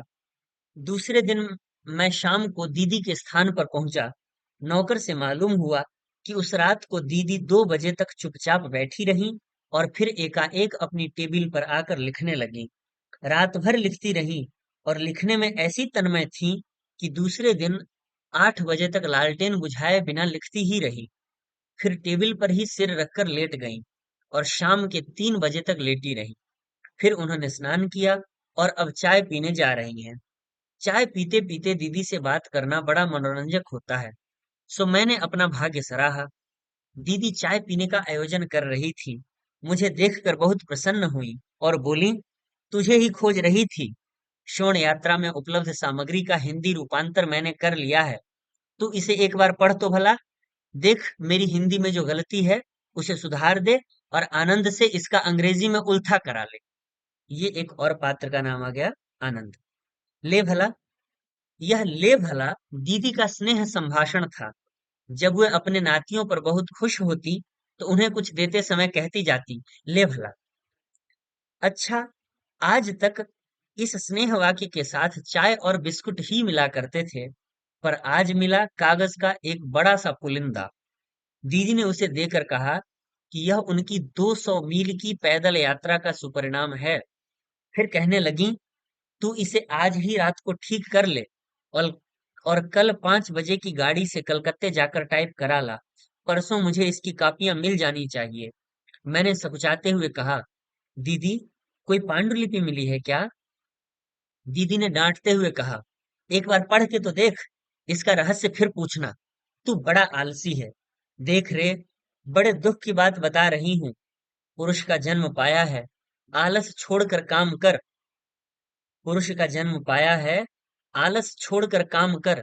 स्त्रियां चाहें भी तो आलस्यहीन होकर कहाँ काम कर सकती हैं। मेरे जीवन के वे दिन लज्जा और संकोच में ही निकल गए जब काम करने की ताकत थी। अब वृद्धावस्था में न तो उतना उत्साह रह गया और न शक्ति ही। तू बड़ा आलसी है, बाद में पछताएगा। पुरुष होकर इतना आलसी होना ठीक नहीं। तू समझता है यूरोप की स्त्रियां सब कुछ कर सकती हैं? गलत बात है। हम भी पराधीन हैं। समाज की पराधीनता जरूर कम है, पर प्रकृति की पराधीनता तो हटाई नहीं जा सकती। आज देखती हूँ कि जीवन के 68 वर्ष व्यर्थ ही बीत गए।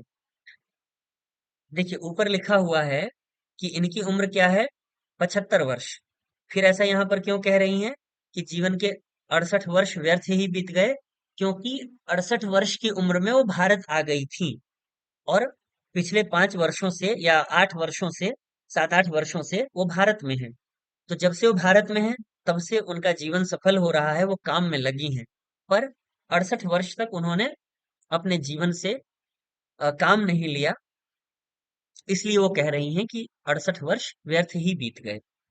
मैंने देखा दीदी की आंखें गीली हो गई हैं और उनका पोपला मुख कुछ कहने के लिए व्याकुल है, पर बात निकल नहीं रही है, जैसे शब्द ही न मिल रहे हैं। न जाने किस अतीत में उनका चित्त धीरे धीरे डूब गया और मैं चुपचाप बैठा रहा। उस दिन भी दीदी का चाय पीना नहीं हुआ। जब दीदी का ध्यान भंग हुआ तो उनकी आंखों से पानी की धारा झर रही थी और वे उसे पोंछने का प्रयत्न भी नहीं कर रही थी। मैंने अनुभव किया कि दीदी किसी बीती हुई घटना का ताना बाना सुलझा रही हैं। उधर से ध्यान हटाने के लिए मैंने प्रश्न किया, दीदी आजकल शोण में नावें चलती हैं? दीदी ने मुस्कुरा दिया। उसका भाव था कि मैं समझ गई तू मेरा ध्यान दूसरी ओर ले जाना चाहता है। फिर बोली, देख मैं यहाँ ज्यादा दिन नहीं ठहर सकती। इस अनुवाद को तू जरा ध्यान से पढ़ और कल कलकत्ते जाकर टाइप करा ला। दो एक चित्र भी पुस्तक में देने होंगे। जा जल्दी कर। कागजों का पुलिंदा लेकर मैं घर आया। यद्यपि मेरी आंखें कमजोर हैं और रात को काम करना मेरे लिए कठिन है, फिर भी दीदी के कागजों को मैंने पढ़ना शुरू किया। शीर्षक के स्थान पर मोटे मोटे अक्षरों में लिखा था, अथ बाणभट्ट की आत्मकथा लिख्यते। ये भी देखिए कॉपी है कादम्बरी का। कादम्बरी में लिखा हुआ है कि अथ कादम्बरी लिख्यते या ऐसा कुछ। तो अथ और शीर्षक और फिर लिख्यते, तो उसी को कॉपी किया है इन्होंने और उपन्यास में भी आगे जहां से शुरू होता है उपन्यास वहां भी यही लिखा हुआ है, बाणभट्ट की आत्मकथा। तब तो दीदी को अमूल्य वस्तु हाथ लगी है। मैं ध्यान से सारी कथा पढ़ गया। मुझे अपार आनंद आ रहा था। इतने दिन बाद संस्कृत साहित्य में एक अनोखी चीज प्राप्त हुई है। रात यूं ही बीत गई। सवेरे मैं कलकत्ते को रवाना हो गया। वहां एक सप्ताह रुकना पड़ा। लौट कर आया तो मालूम हुआ कि दीदी काशीवास करने चली गई हैं। किसी को कोई पता ठिकाना नहीं दे गई। 2 साल तक वह कथा यूं ही पड़ी रही। एक दिन मैंने सोचा कि बाणभट्ट के ग्रंथों से मिलाकर देखा जाए कि कथा कितनी प्रामाणिक है। कथा में ऐसी बहुत सी बातें थीं जो उन पुस्तकों में नहीं है। इनके लिए मैंने समसामयिक पुस्तकों का आश्रय लिया और एक तरह से कथा को नए सिरे से संपादित किया। आगे जो कथा दी हुई है वह दीदी का अनुवाद है और फुटनोट में जो मेरे पुस्तकों के हवाले दिए हुए हैं वे मेरे हैं। कथा ही असल में महत्वपूर्ण है, टिप्पणियां तो उसकी प्रामाणिकता की सबूत हैं। ये बड़ी ही कुशलता से आचार्य हजारी प्रसाद द्विवेदी ने इस फिक्शन को, अंग्रेजी में नॉवेल को फिक्शन कहा जाता है, जिसका अर्थ होता है काल्पनिक रचना। इस काल्पनिक रचना को प्रामाणिक बनाने की पूरी कोशिश की है। वो दौर ही ऐसा चल गया था कि उपन्यास क्षेत्र एक जीवनी है और वो उपन्यास है। बाणभट्ट की आत्मकथा है और वो उपन्यास है। आगे देखते हैं। बहुत दिनों तक दीदी का कोई समाचार नहीं मिला। मैं अब उनके दर्शन की आशा छोड़ बैठा था। एक दिन अचानक मुगल सराय स्टेशन पर दीदी के दर्शन हो गए। वे गाड़ी बदल रही थी और बहुत ही व्यस्त दिख रही थी। मुझे देखकर वे जरा भी प्रसन्न नहीं हुई, केवल कूली को डांट कर कहती रही, संभाल के चल, संभाल के ले चल, तू बड़ा आलसी है। मैंने सोचा, कूली भी आलसी है। फिर मैंने चिल्लाकर कहा, दीदी, तुम क्या पहचानती भी नहीं? वाह रे! दीदी रुक गई, बोली, देखो, मैं बहुत दुखी हूँ। वह बिल्ली धोखा दे गई। मैंने कहा, क्यों, क्या हुआ? दीदी बोली, कमबख्त स्त्री निकली। देखना, 5 बच्चे दिए हैं, मैं कहाँ तक संभालूं? मैंने बात काट कर कहा, दीदी, वह आत्मकथा मेरे ही पास पड़ी है। दीदी गुस्से में थी, रुकी नहीं। गाड़ी में बैठकर उन्होंने एक कार्ड फेंक कर कहा, मैं देश जा रही हूँ, ले, मेरा पता है, ले भला। मैंने कार्ड संभाला और दीदी की गाड़ी चल दी। नीचे बाणभट्ट की आत्मकथा दे रहा हूँ। दीदी ने उसे प्रकाशित करने की आज्ञा दे दी है। ध्यान देने की बात यह है कि बाणभट्ट की अन्यान्य पुस्तकों की भांति यह आत्मकथा भी अपूर्ण ही है।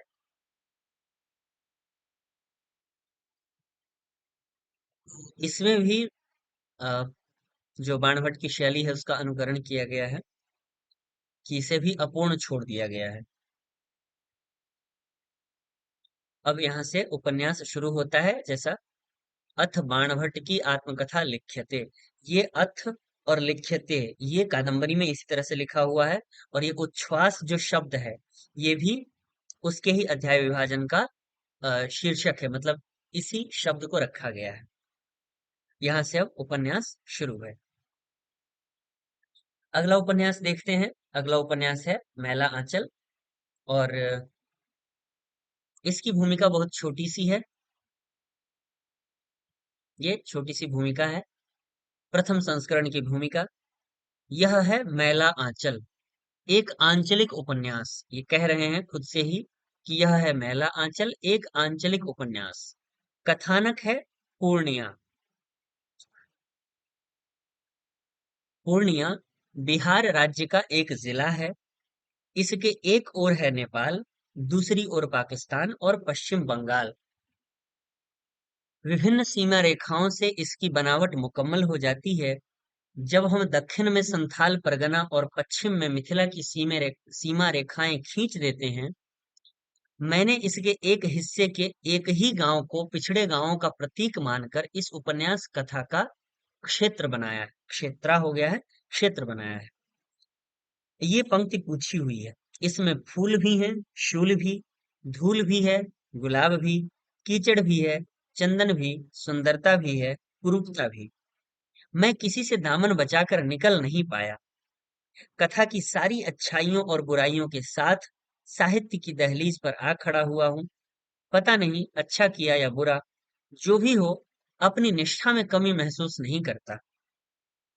फणीश्वर नाथ रेणु, 9 अगस्त 1954, पटना। ध्यान दीजिएगा, ये जो पूर्णिया है, अभी का जो पूर्णिया जिला है वह दो हिस्सों में बट गया है। उस समय अभी जो अररिया और पूर्णिया है वह एक ही था। तो जब ये पूर्णिया लिख रहे हैं तो इसमें अररिया भी शामिल है। तो ये इसकी भूमिका है मैला आंचल उपन्यास की। इस तरह से ये दो खंडों में बटा है और पहले खंड के अंतर्गत इतने सारे भाग हैं, 44 भाग हैं। फिर दूसरा खंड है और उसके अंतर्गत भी 23 भाग हैं और कुल मिलाकर 67 भाग हैं। ये पहला खंड और फिर उसका पहला भाग और ये शुरू हो रहा है उपन्यास। तो ये उपन्यास हो गया। अगला उपन्यास है हमारा झूठा सच, यशपाल के द्वारा लिखा हुआ, जिसका दूसरा नाम है पहले खंड का वतन और देश।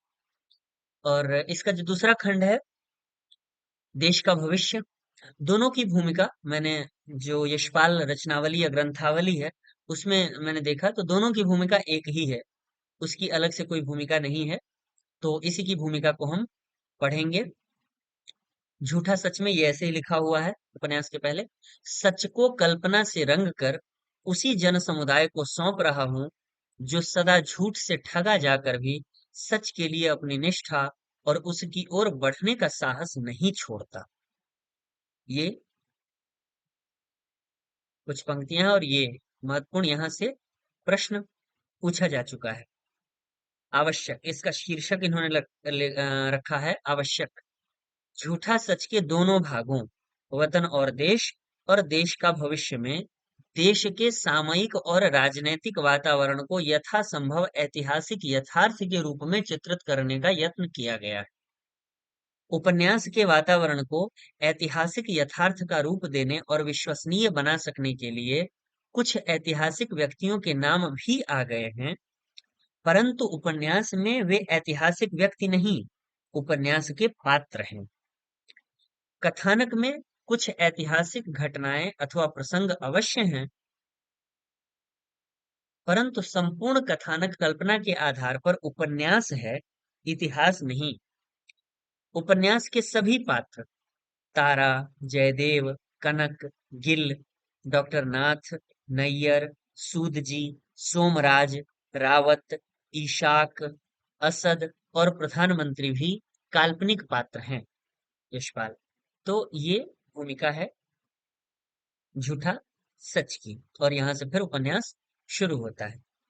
तो ये झूठा सच की भूमिका थी। अब राग दरबारी की भूमिका देखते हैं। राग दरबारी के फ्लैप पर ये लिखा हुआ है, हार्ड कवर जो पुस्तक है उसके फ्लैप पर ये लिखा हुआ है, राग दरबारी एक ऐसा उपन्यास है जो गांव की कथा के माध्यम से आधुनिक भारतीय जीवन की मूल्यहीनता को सहजता और निर्ममता से अनावृत करता है। शुरू से आखिरी तक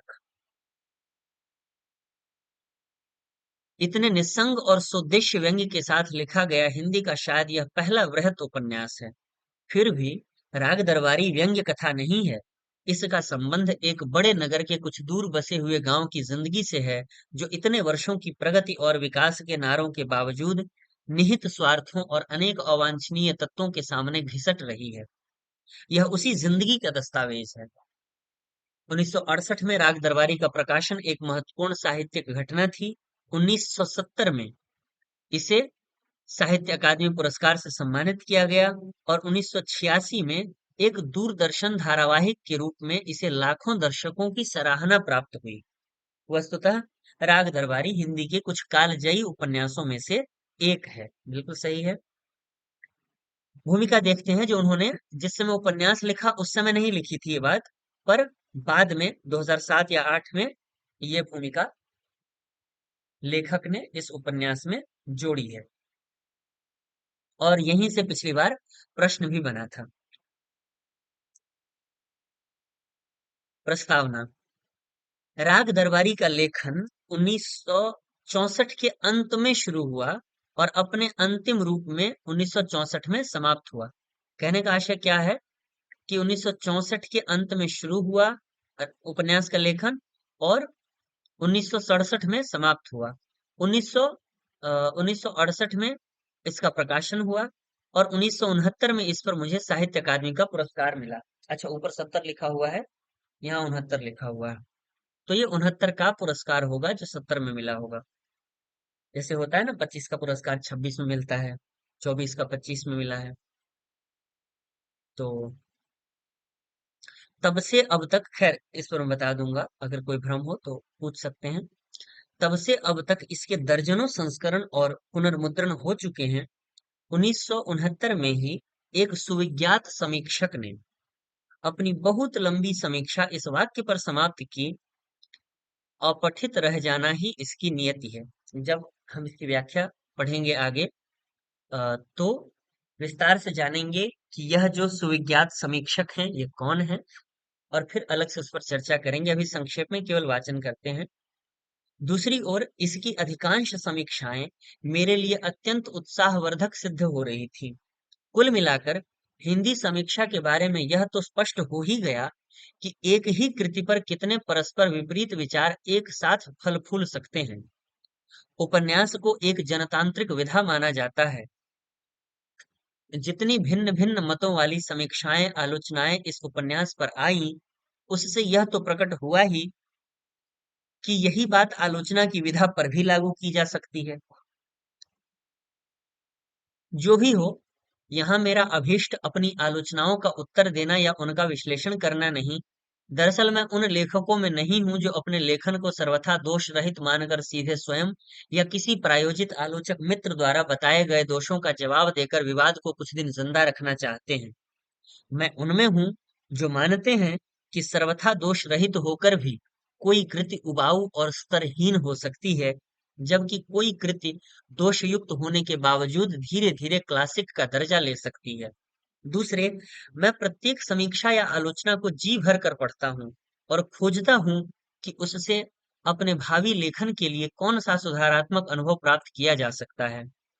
राग दरबारी की प्रासंगिकता पर साक्षात्कारों में मुझसे बार बार पूछा गया है। यह सही है कि गांवों की राजनीति का जो स्वरूप यहाँ चित्रित हुआ है, वह आज के राष्ट्रव्यापी और मुख्यतः मध्यम और उच्च वर्गों के भ्रष्टाचार और तिकड़म को देखते हुए बहुत अदना जान पड़ता है, और लगता है कि लेखक अपनी शक्ति कुछ गंवारों के ऊपर जाया कर रहा है। पर जैसे जैसे उच्च स्तरीय वर्ग में गबन, धोखाधड़ी, भ्रष्टाचार और वंशवाद अपनी जड़ें मजबूत करता जाता है, वैसे वैसे आज से 40 वर्ष पहले का यह उपन्यास और ज्यादा प्रासंगिक होता जा रहा है।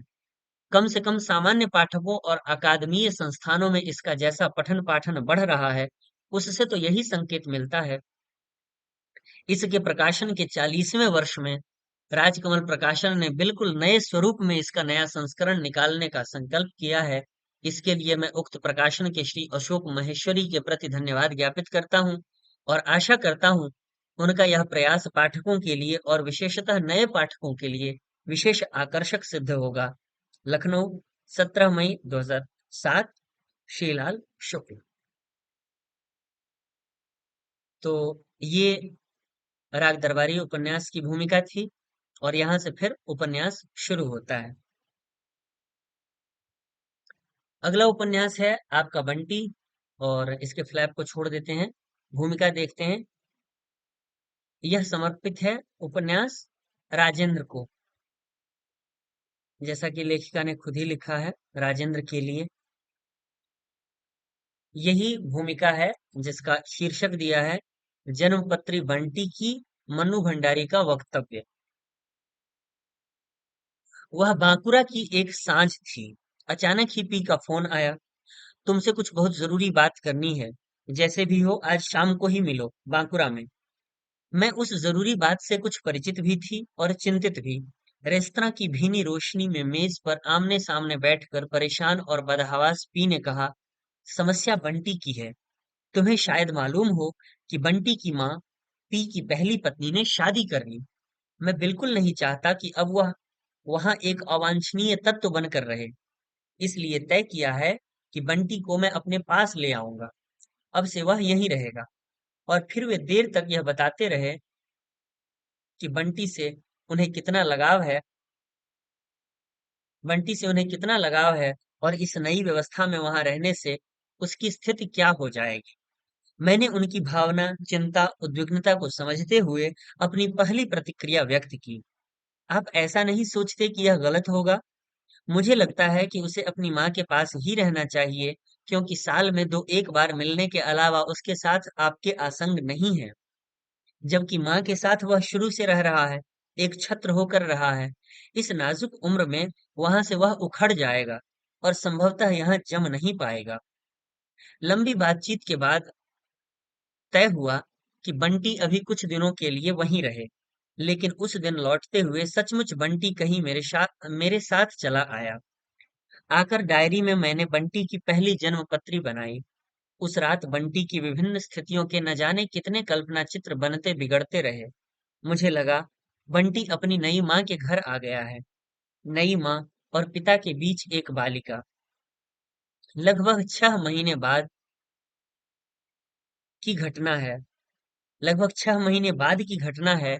ड्राइंग रूम में अनेक बच्चे धमा चौकड़ी मचाए हैं, उन्मुक्त और निश्चिंत।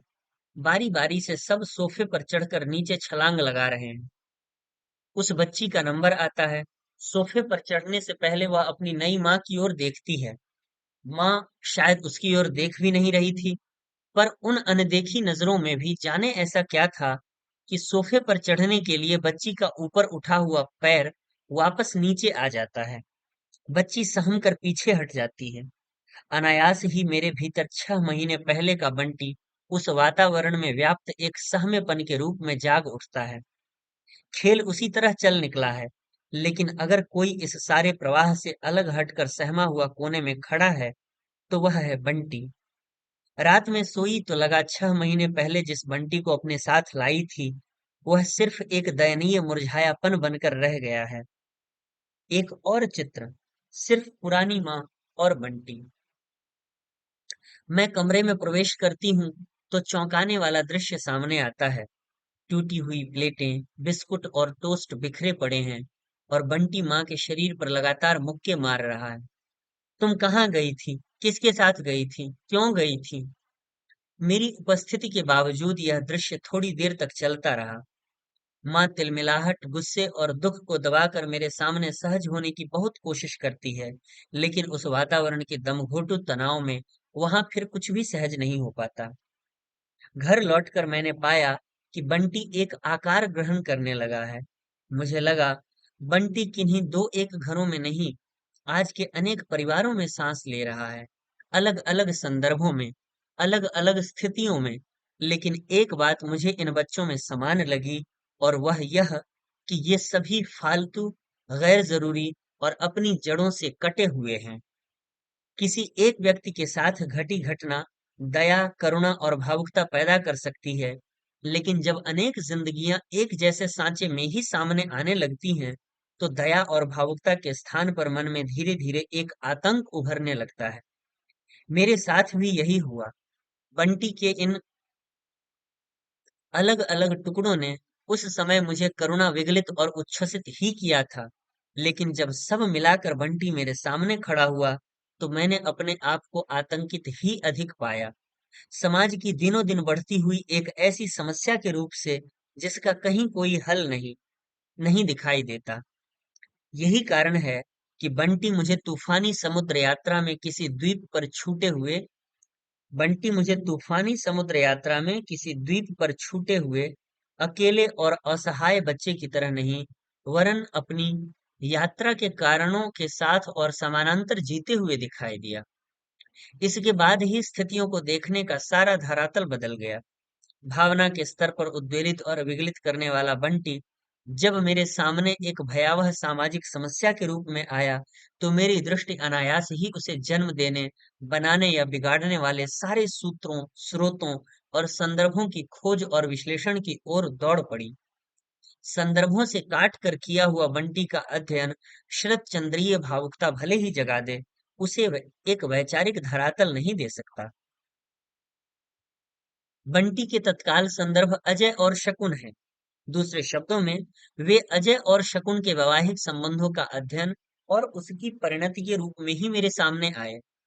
यहाँ मुझे भारत जी की बात सही लगी कि जैनेन्द्र जी ने स्त्री पुरुष के संबंधों को जिस एकांतिक दृष्टि से देखा है, उसका एक अनिवार्य आयाम बंटी भी है, क्योंकि शकुन अजय के संबंधों की टकराहट में सबसे अधिक पिसता बंटी ही है।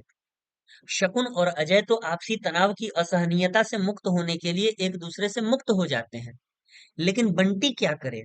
वह तो समान रूप से दोनों से जुड़ा है, यानी खंडित निष्ठा ही उसकी नियति है। चूंकि वह शकुन के साथ रहता है, इसलिए बंटी को उसकी समूची स्थिति के साथ समझने के लिए माँ बेटे के आपसी संबंधों के विश्लेषण के साथ ही कुछ गरिमामयी मिथ्या धारणाएं और सदियों पुरानी मिथ टूटने लगी। शकुन चक्की पीस पीस कर बेटे का जीवन बनाने में अपने आप को स्वाहा कर देने वाली माँ नहीं थी, बल्कि स्वतंत्र व्यक्तित्व, आकांक्षाएं और आजीविका के साधनों से दृप्त माँ थी। इस नारी और माँ के आपसी द्वंद का अध्ययन ही शकुन को उसका वर्तमान रूप देता है। आज तो लगता है कि कहानी में बिखरी लोक कथाएं अनायास ही नहीं आ गई हैं। वे शकुन के जीवन की दो नितांत विरोधी स्थितियों, मिथ और वास्तविकता के अंतर विरोध को उजागर करती हैं। अगर माँ की ममता अगर माँ की ममता के मारे उस अगर माँ की ममता के मारे उस राजकुमार की कहानी है जो 7 समुद्र पार करके अपनी निष्ठा प्रमाणित करता है, तो सोनल रानी की भी कहानी है जो भूख लगने पर रूप बदलकर अपने ही बेटे को खा जाती है।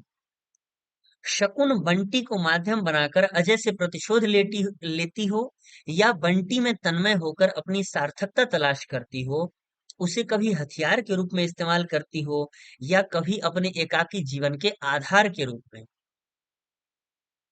मुझे तो सभी कुछ को निहायत तटस्थ होकर एक मानवीय धरातल पर देखना समझना था। जिंदगी को चलाने और निर्धारित करने वाली कोई भी स्थिति कभी इकहरी नहीं होती। उसके पीछे एक साथ अनेक और कभी-कभी बड़ी विरोधी प्रेरणाएं निरंतर सक्रिय रहती हैं। शकुन और बंटी दोनों के चरित्रों की वास्तविकता इन्हीं अंतर विरोधों में जीने की वास्तविकता है। परोक्ष रूप में अजय के जीवन की वास्तविकता भी यही है। शायद यही कारण है कि मैं इस त्रिकोण की किसी एक भुजा को न अस्वीकार कर सकी, न ही गलत सिद्ध कर सकी। पात्र अपनी अपनी दृष्टि संवेदना की सीमाओं में एक दूसरे को गलत सही कहते रह सकते हैं, लेकिन देखना तो ये जरूरी होता है कि लेखकीय समझ किसी के प्रति पक्षपात तो नहीं कर रही। गलत और सही अगर कोई हो सकते हैं, तो वे अजय, शकुन और बंटी के आपसी संबंध। इस पूरी स्थिति की सबसे बड़ी विडंबना ही यह है कि इन संबंधों के लिए सबसे कम जिम्मेदार और सब ओर से बेगुनाह बंटी ही इस ट्रेजेडी के त्रास को सबसे अधिक भोगता है। शकुन अजय के संबंधों का तनाव और चटक बंटी की नस नस में ही प्रतिध्वनित होती है। स्थिति की इस विडंबना ने ही मेरे मन में एक आतंक जगाया था। शकुन अजय के आपसी संबंधों में बंटी चाहे कितना ही फालतू और अवांछनीय हो गया हो, परंतु मेरी दृष्टि को सबसे अधिक उसी ने आकर्षित किया। वस्तुतः उपन्यासकार के लिए अप्रतिरोध चुनौती, सहानुभूति और मानवीय करुणा के केंद्र सिर्फ वे ही लोग हो पाते हैं जो कहीं न कहीं फालतू हो गए हैं। ये संभवतः पूछी हुई पंक्ति है। उपन्यासकार के लिए अप्रतिरोध चुनौती, सहानुभूति और मानवीय करुणा के केंद्र सिर्फ वे ही लोग हो पाते हैं जो कहीं न कहीं फालतू हो गए हैं। बहरहाल, बंटी की यह यात्रा चाहे परिवार की संश्लिष्ट इकाई से टूटकर क्रमशः अकेले बंटी की यह यात्रा चाहे परिवार की संश्लिष्ट इकाई से टूटकर क्रमशः अकेले, जड़हीन, फालतू और अनचाहे होते जाने की रही हो, लेकिन मेरे लिए यह यात्रा भावुकता, करुणा से गुजरकर मानसिक यंत्रणा और और सामाजिक प्रश्नाकुलता की रही है। जीते जागते बंटी का तिल तिल करके समाज की एक बेनाम इकाई भर बनते चले जाना यदि पाठक को सिर्फ अश्रुविगलित ही करता है, तो मैं समझूंगी कि यह पत्र सही पतों पर नहीं पहुंचा है। मन्नू भंडारी। तो ये आपका बंटी उपन्यास की भूमिका थी।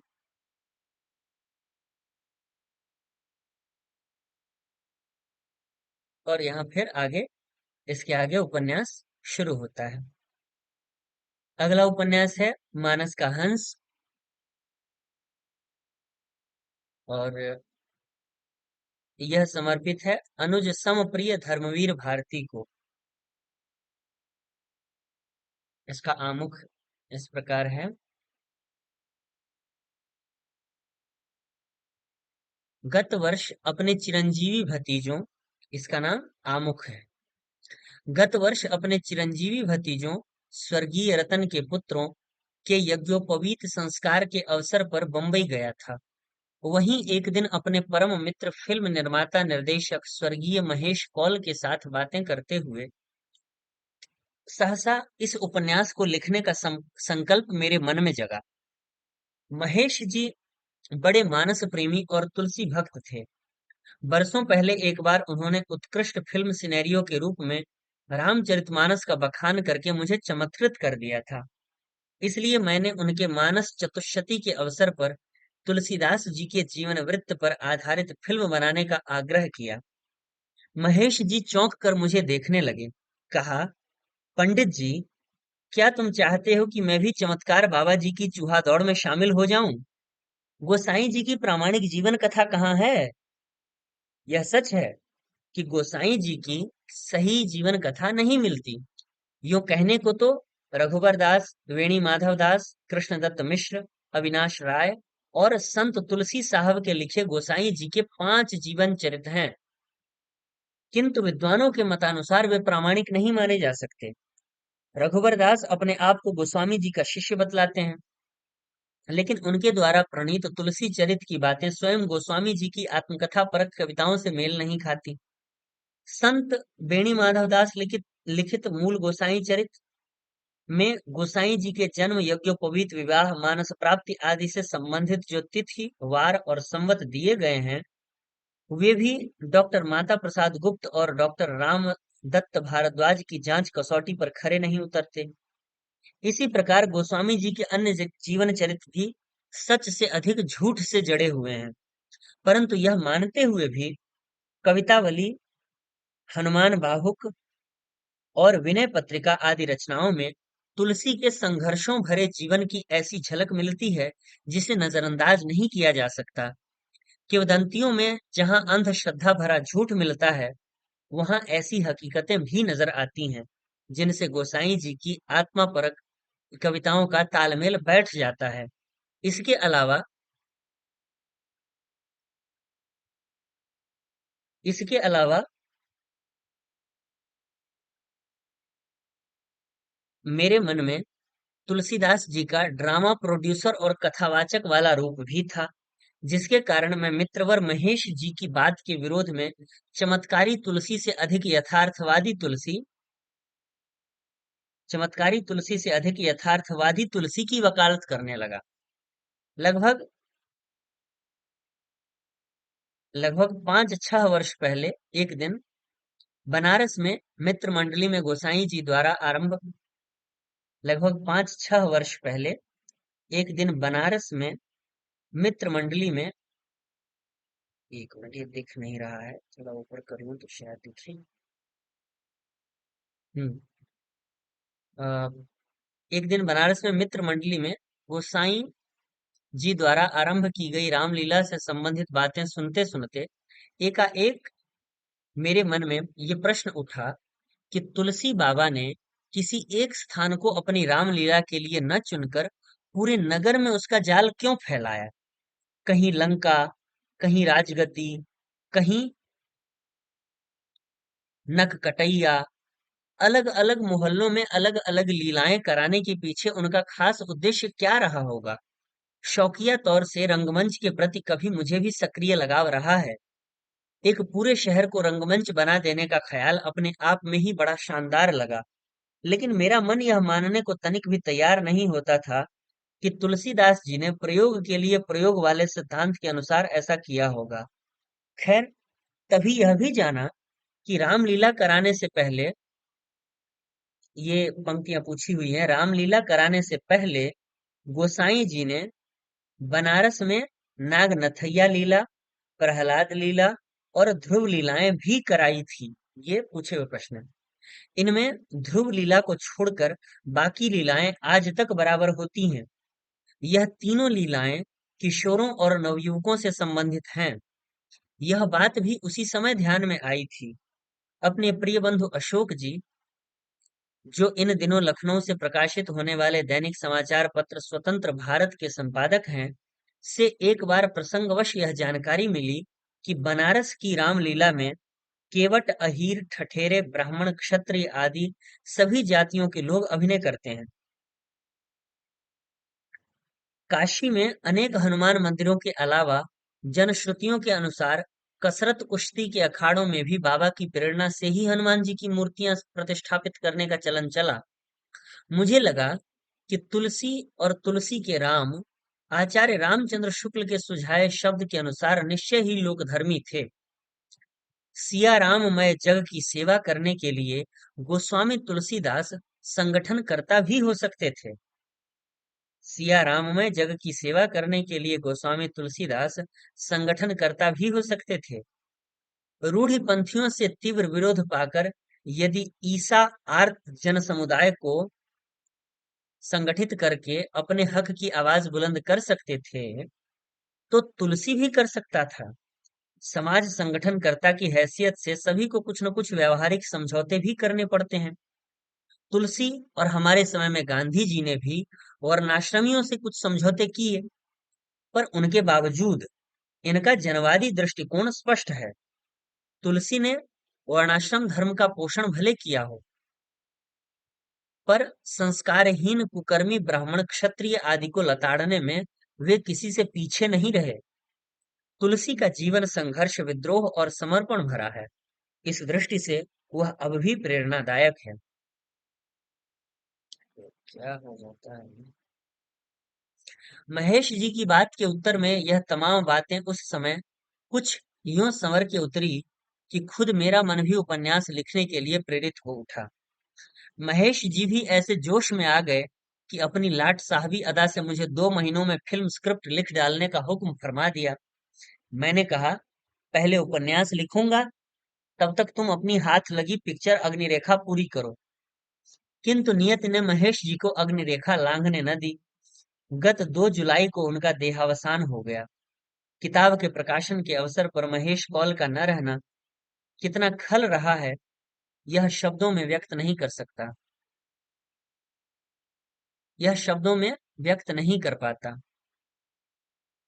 ये आ नहीं रहा है। व्यक्त नहीं कर पाता।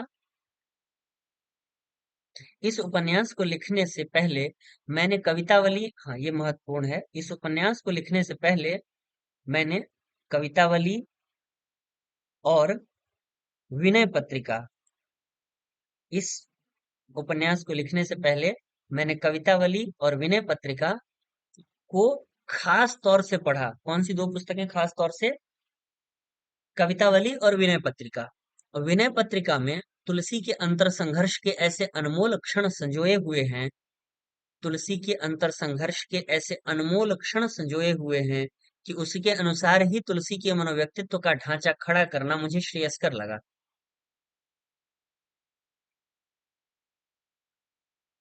रामचरितमानस की पृष्ठभूमि में मानसकार की मनोछवि निहारने में भी मुझे पत्रिका के तुलसी ही से सहायता मिली। कवितावली और हनुमान बाहुक में खास तौर से और दोहावली तथा गीतावली में कहीं कहीं तुलसी की जीवन झांकी मिलती है। तुलसी की जीवन झांकी कवितावली और हनुमान बाहुक में खास तौर से और दोहावली तथा गीतावली में कहीं कहीं मिलती है। मैंने गोसाई जी से संबंधित अगणित किंवदंतियों में से केवल उन्हीं को अपने उपन्यास के लिए स्वीकारा जो कि इस मानसिक ढांचे पर चढ़ सकती थी। तुलसी के जन्म स्थान तथा सूकर खेत बनाम सोरो विवाद में दखलंदाजी करने की जुर्रत करने की नीयत न रखते हुए भी किस्सा गो की हैसियत से मुझे इन बातों के संबंध में अपने मन का ऊंट किसी करवट बैठाना ही था। क्योंकि स्वर्गीय डॉक्टर माता प्रसाद गुप्त और डॉक्टर उदय भानु सिंह के तर्कों से प्रभावित हुआ, इसलिए मैंने राजापुर को ही जन्मस्थान के रूप में चित्रित किया है। उपन्यास में एक जगह मैंने नवयुवक तुलसी और काशी की एक वेश्या का असफल प्रेम चित्रित किया है। उपन्यास में एक जगह मैंने नवयुवक तुलसी और काशी की एक वेश्या का असफल प्रेम चित्रित किया है। वह प्रसंग शायद किसी तुलसी भक्त को चिढ़ा सकता है, लेकिन ऐसा करना मेरा उद्देश्य नहीं है। तन तरफत तू वो मिलन बिन आदि 2 दोहे पढ़े, जिनके बारे में यह लिखा था कि यह दोहे तुलसी जी ने अपनी पत्नी के लिए लिखे थे। जनश्रुतियों के अनुसार गोसाई बाबा अपनी बीवी से ऐसे चिपके हुए थे कि उन्हें मैके तक नहीं जाने देते थे। फिर बाबा उन्हें यह दोहे वाली चिट्ठी भला क्यों भेजने लगे? खैर, यूं मान लें कि जवानी की उमंग में तुलसी ने अपने बैठके में यह दोहे रचकर किसी दास या दासी की मार्फत किसी बात पर कई दिनों से रूठी हुई पत्नी को मनाने के लिए खुशामद में लिखकर अंतःपुर में भिजवाए थे। पर एक दोहे में प्रयुक्त तरुणी शब्द मेरी इस कल्पना के भी आड़े आया। पत्नी के लिए लिखते तो शायद भामिनी शब्द का प्रयोग करते। तरुणी शब्द थोड़े अपरिचय का बोध कराता है। वैसे भी पंडित तुलसीदास ने बकौल बंधुवर डॉक्टर रामविलास शर्मा कालिदास को खूब घोंटा होगा। वे कभी रसिया भी रहे होंगे। विनय पत्रिका में वे अपनी मदन बाय से खूब जूझे हैं। कलयुग के रूप में उन्हें पद और पैसे का लोभ तो सता ही नहीं सकता। सताया होगा काम वृत्ति ने। कलयुग के रूप में उन्हें पद और पैसे का लोभ तो सता ही नहीं सकता। सताया होगा काम वृत्ति ने। मुझे लगता है कि तुलसी ने काम ही से जूझ जूझ कर राम बनाया है।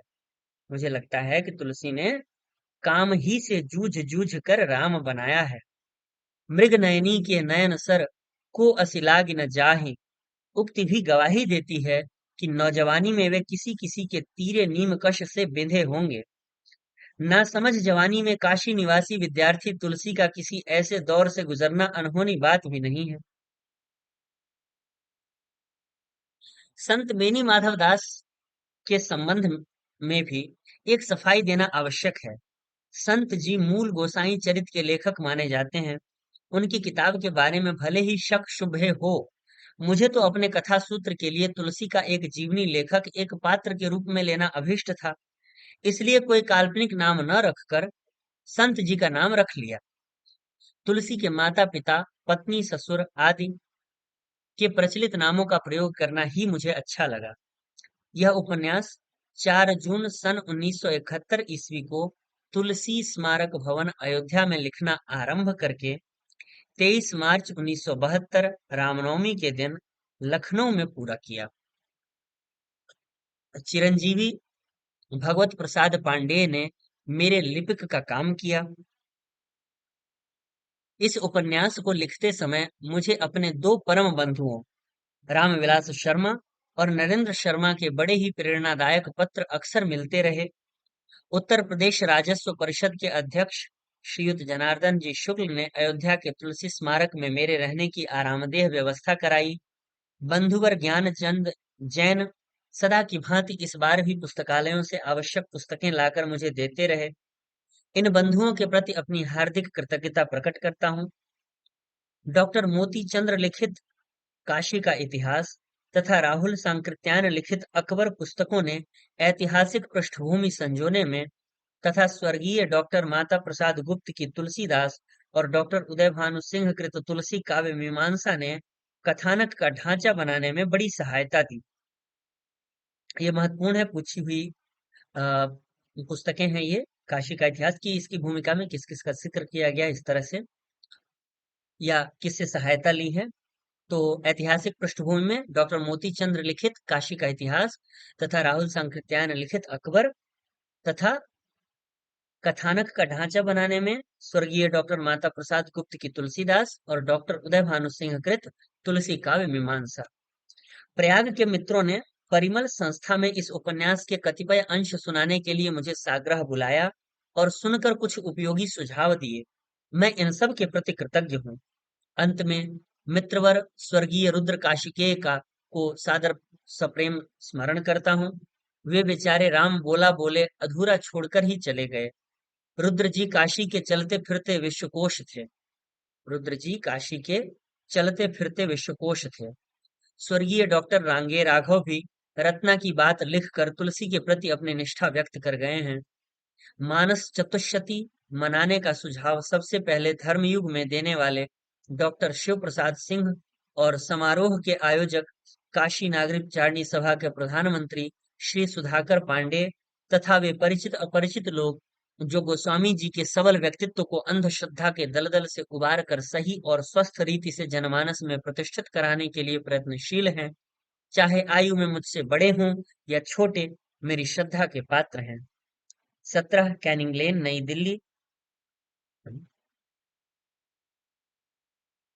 प्रवास 29 अगस्त 1972 ईस्वी। अमृतलाल नागर।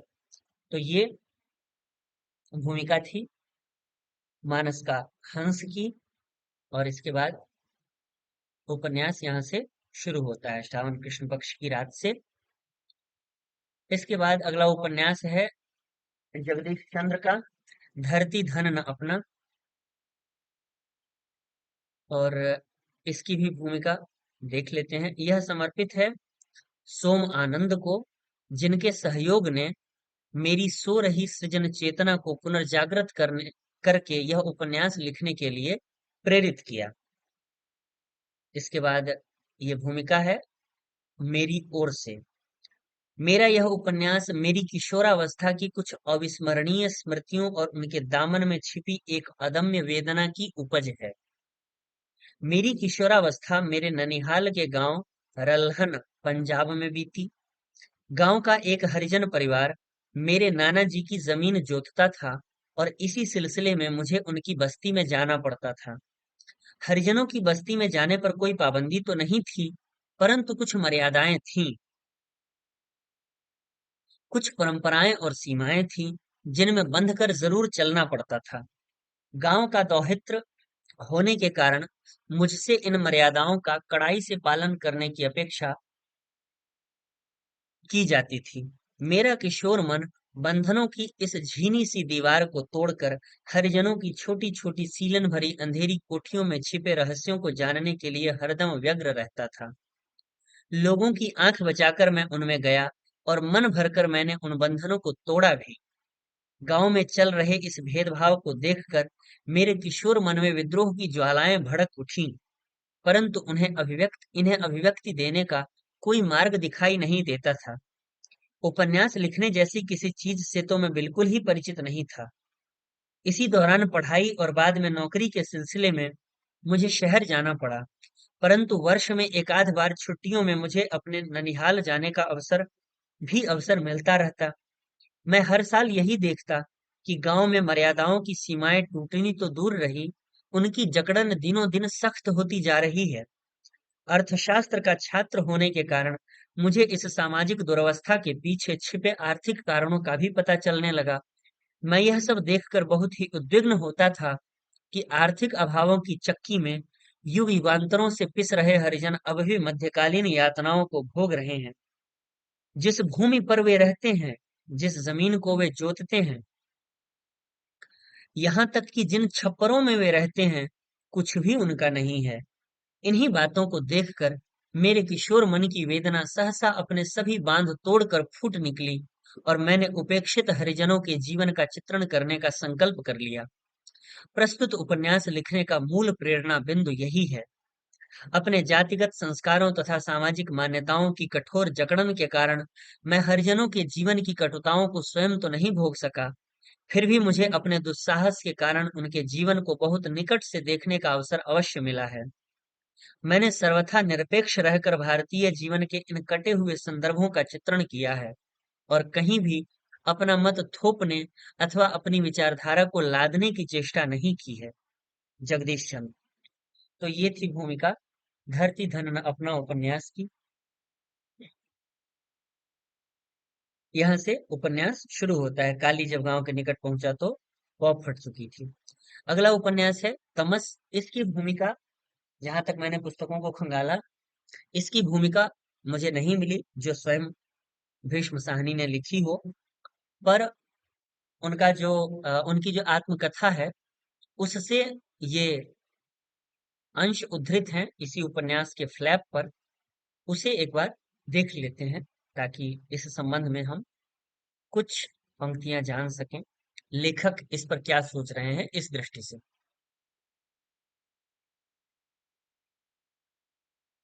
मुझे ठीक से याद नहीं कि कब बंबई के निकट भिवंडी नगर में हिंदू मुस्लिम दंगे हुए। पर मुझे इतना याद है कि उन दंगों के बाद मैंने तमस लिखना आरंभ किया। बंबई के निकट भिवंडी नगर में हिंदू मुस्लिम दंगे। भिवंडी नगर बुनकरों का नगर था। शहर के अंदर जगह जगह खड्डियां लगी थीं। उनमें से अनेक बिजली से चलने वाली खड्डियां थीं, पर घरों को आग की नजर करने से खड्डियों का धातु बहुत कुछ पिघल गया था। गलियों में घूमते हुए लगता हम किसी प्राचीन नगर के खंडहरों में घूम रहे हों। पर गलियां लांघते हुए अपने कदमों की आवाज अपनी पदचाप सुनते हुए लगने लगा जैसे मैं यह आवाज पहले कहीं सुन चुका हूँ। चारों ओर छाई चुप्पी को भी सुन चुका हूँ। अकुलाहट भरी इस नीरवता का अनुभव भी कर चुका हूँ। सूनी गलियां लांघ चुका हूँ। पर मैंने यह चुप्पी और इस वीरानी का ही अनुभव नहीं किया था। मैंने पेड़ों पर बैठे गिद्ध और चीलों को भी देखा था। आधे आकाश में फैली आग की लपटों की लौ को भी देखा था। गलियों सड़कों पर भागते कदमों और रोंगटे खड़े कर देने वाली चिल्लाहटों को भी सुना था। और जगह जगह से उठने वाले धर्मांध लोगों के नारे भी सुने थे, चीत्कार भी सुनी थी।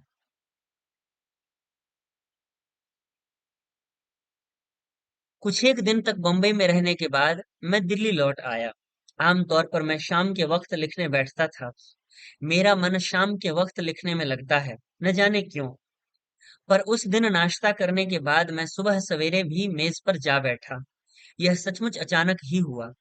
पर जब कलम उठाई और कागज सामने रखा, तो ध्यान रावलपिंडी के दंगों की ओर चला गया। कांग्रेस का दफ्तर आंखों के सामने आया। कांग्रेस के मेरे साथी एक के बाद एक, योगी रामनाथ, बख्शी जी, बाली जी, हकीम जी, अब्दुल अजीज, मेहर चंद आहूजा, अजीज, जनरैल, मास्टर अर्जुन दास, उनके चेहरे आंखों के सामने घूमने लगे। मैं उन दिनों की यादों में डूबता चला गया। ये अंश है भीष्म साहनी के उनकी जो आत्मकथा है आज के अतीत, उससे जो अंश इस उपन्यास से संबंधित है, इसके लेखन से संबंधित। इसकी भूमिका उपलब्ध नहीं है, इसलिए इतना ही। जिंदगी नामा को देखते हैं। इसके भी फ्लैप को पढ़ लेते हैं क्योंकि भूमिका बहुत बड़ी या बहुत खास नहीं है। जिंदगी नामा, जिसमें न कोई नायक न कोई खलनायक, सिर्फ लोग और लोग और लोग। जिंदा दिल, जांबाज लोग जो हिंदुस्तान की ड्योढ़ी पंचनद पर जमे सदियों गाजी मर्दों के लश्करों से भिड़ते रहे, फिर भी फसलें उगाते रहे, जी लेने की सौंधी ललक पर जिंदगियां लुटाते रहे। जिंदगी नामा का कालखंड इस शताब्दी के पहले मोड़ पर खुलता है। पीछे इतिहास की बेहिसाब तहें, बेशुमार ताकतें। जमीन जो खेतिहर की है और नहीं, वही जमीन शाहों की नहीं है, मगर उनके हाथों में है। जमीन की मालिकी किसकी है? जमीन में खेती कौन करता है? जमीन का मामला कौन भरता है? मुजारे असामियां आसामियां, इन्हें जकड़नों में जकड़े हुए शोषण के वे कानून जो लोगों को लोगों से अलग करते हैं, लोगों को लोगों में विभाजित करते हैं। जिंदगी नामा का कथानक खेतों की तरफ फैला, सीधा साधा और धरती से जुड़ा हुआ।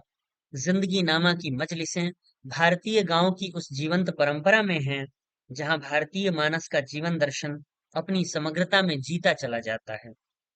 जिंदगी नामा कथ्य और शिल्प का नया प्रतिमान, जिसमें कथ्य और शिल्प हथियार डालकर जिंदगी को आंकने की कोशिश करते हैं।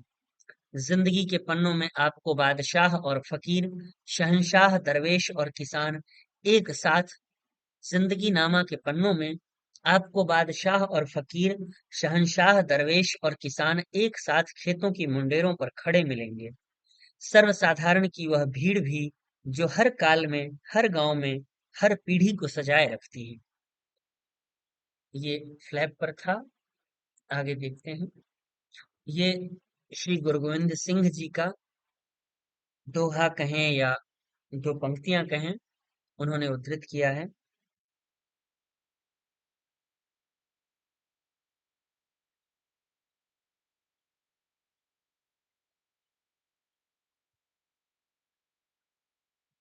चुंकार अस हमा हीलते दरगुजस्त हलालस्त बुर्दन बशमशीर दश्त। जब दूसरे सब रास्ते कारगर न हो सकें तो जुल्म के खिलाफ तलवार उठा लेना जायज है। श्री गुरु गोविंद सिंह जी। फिर उसके आगे पन्ने पर है, इसे भूमिका कहें या जो भी कहें, इसे शीर्षक नहीं दिया गया है, समर्पण भी कह सकते हैं।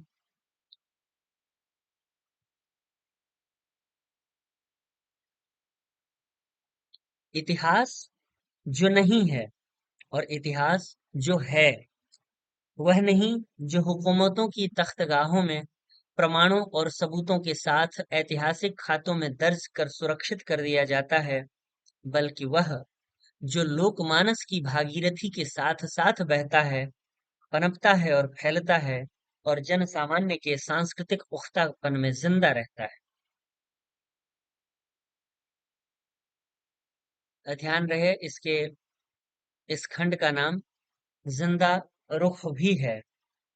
जिंदा रुख ही बल्कि उपन्यास का नाम था और उसका पहला जो भाग है उसका नाम जिंदगी नामा रखा गया था।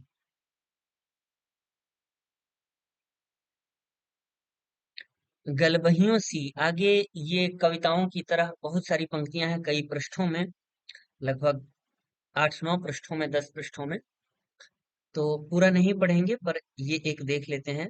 गलबहियों सी उमड़ती मचलती दूध भरी छातियों सी, चनाब और जेहलम की धरती माँ बनी, कुर्ते के बंद खोलती दूध की बूंदें ढरकाने को, कनक के सुनहली ढेरों पर चमचम चमकती मीठी सजरी धूप, चांदी के चौक फूल पहने बर्फीली चोटियों को छू छू आती ठंडी सुहानी हवाएं।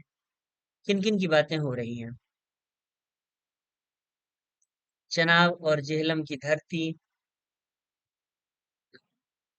धूप, हवाएं, सरसों के पीले खेतों को हिलाती डुलाती कुलाचें भरती भागी भरे चनाब के अल्हड़ अनोखे पानियों पर, जिसकी अमृत की बूंदों ने लहू के पेड़ खड़े कर दिए हरे भरे खेतों की मुंडेरों पर, तने माथे पर अक्खड़ तेवर गेहुआ रंग पर नखरीली मूछों वाले भारे गौहर चेहरों पर गंदम की इलाही लाली। और इस तरह से वो चलता है पृष्ठ संख्या 17 तक, और यहाँ से फिर ये उपन्यास शुरू होता है शरद पूर्णिमा की रात से। तो इतना ही। ये अंत में मैं फिर से बता दूं कि यदि आपके पास यह पुस्तक नहीं है तो खरीदने के लिए जो पुस्तकें ऑनलाइन उपलब्ध हैं, लगभग सभी उपलब्ध हैं, तो पुस्तक का लिंक दिया हुआ है।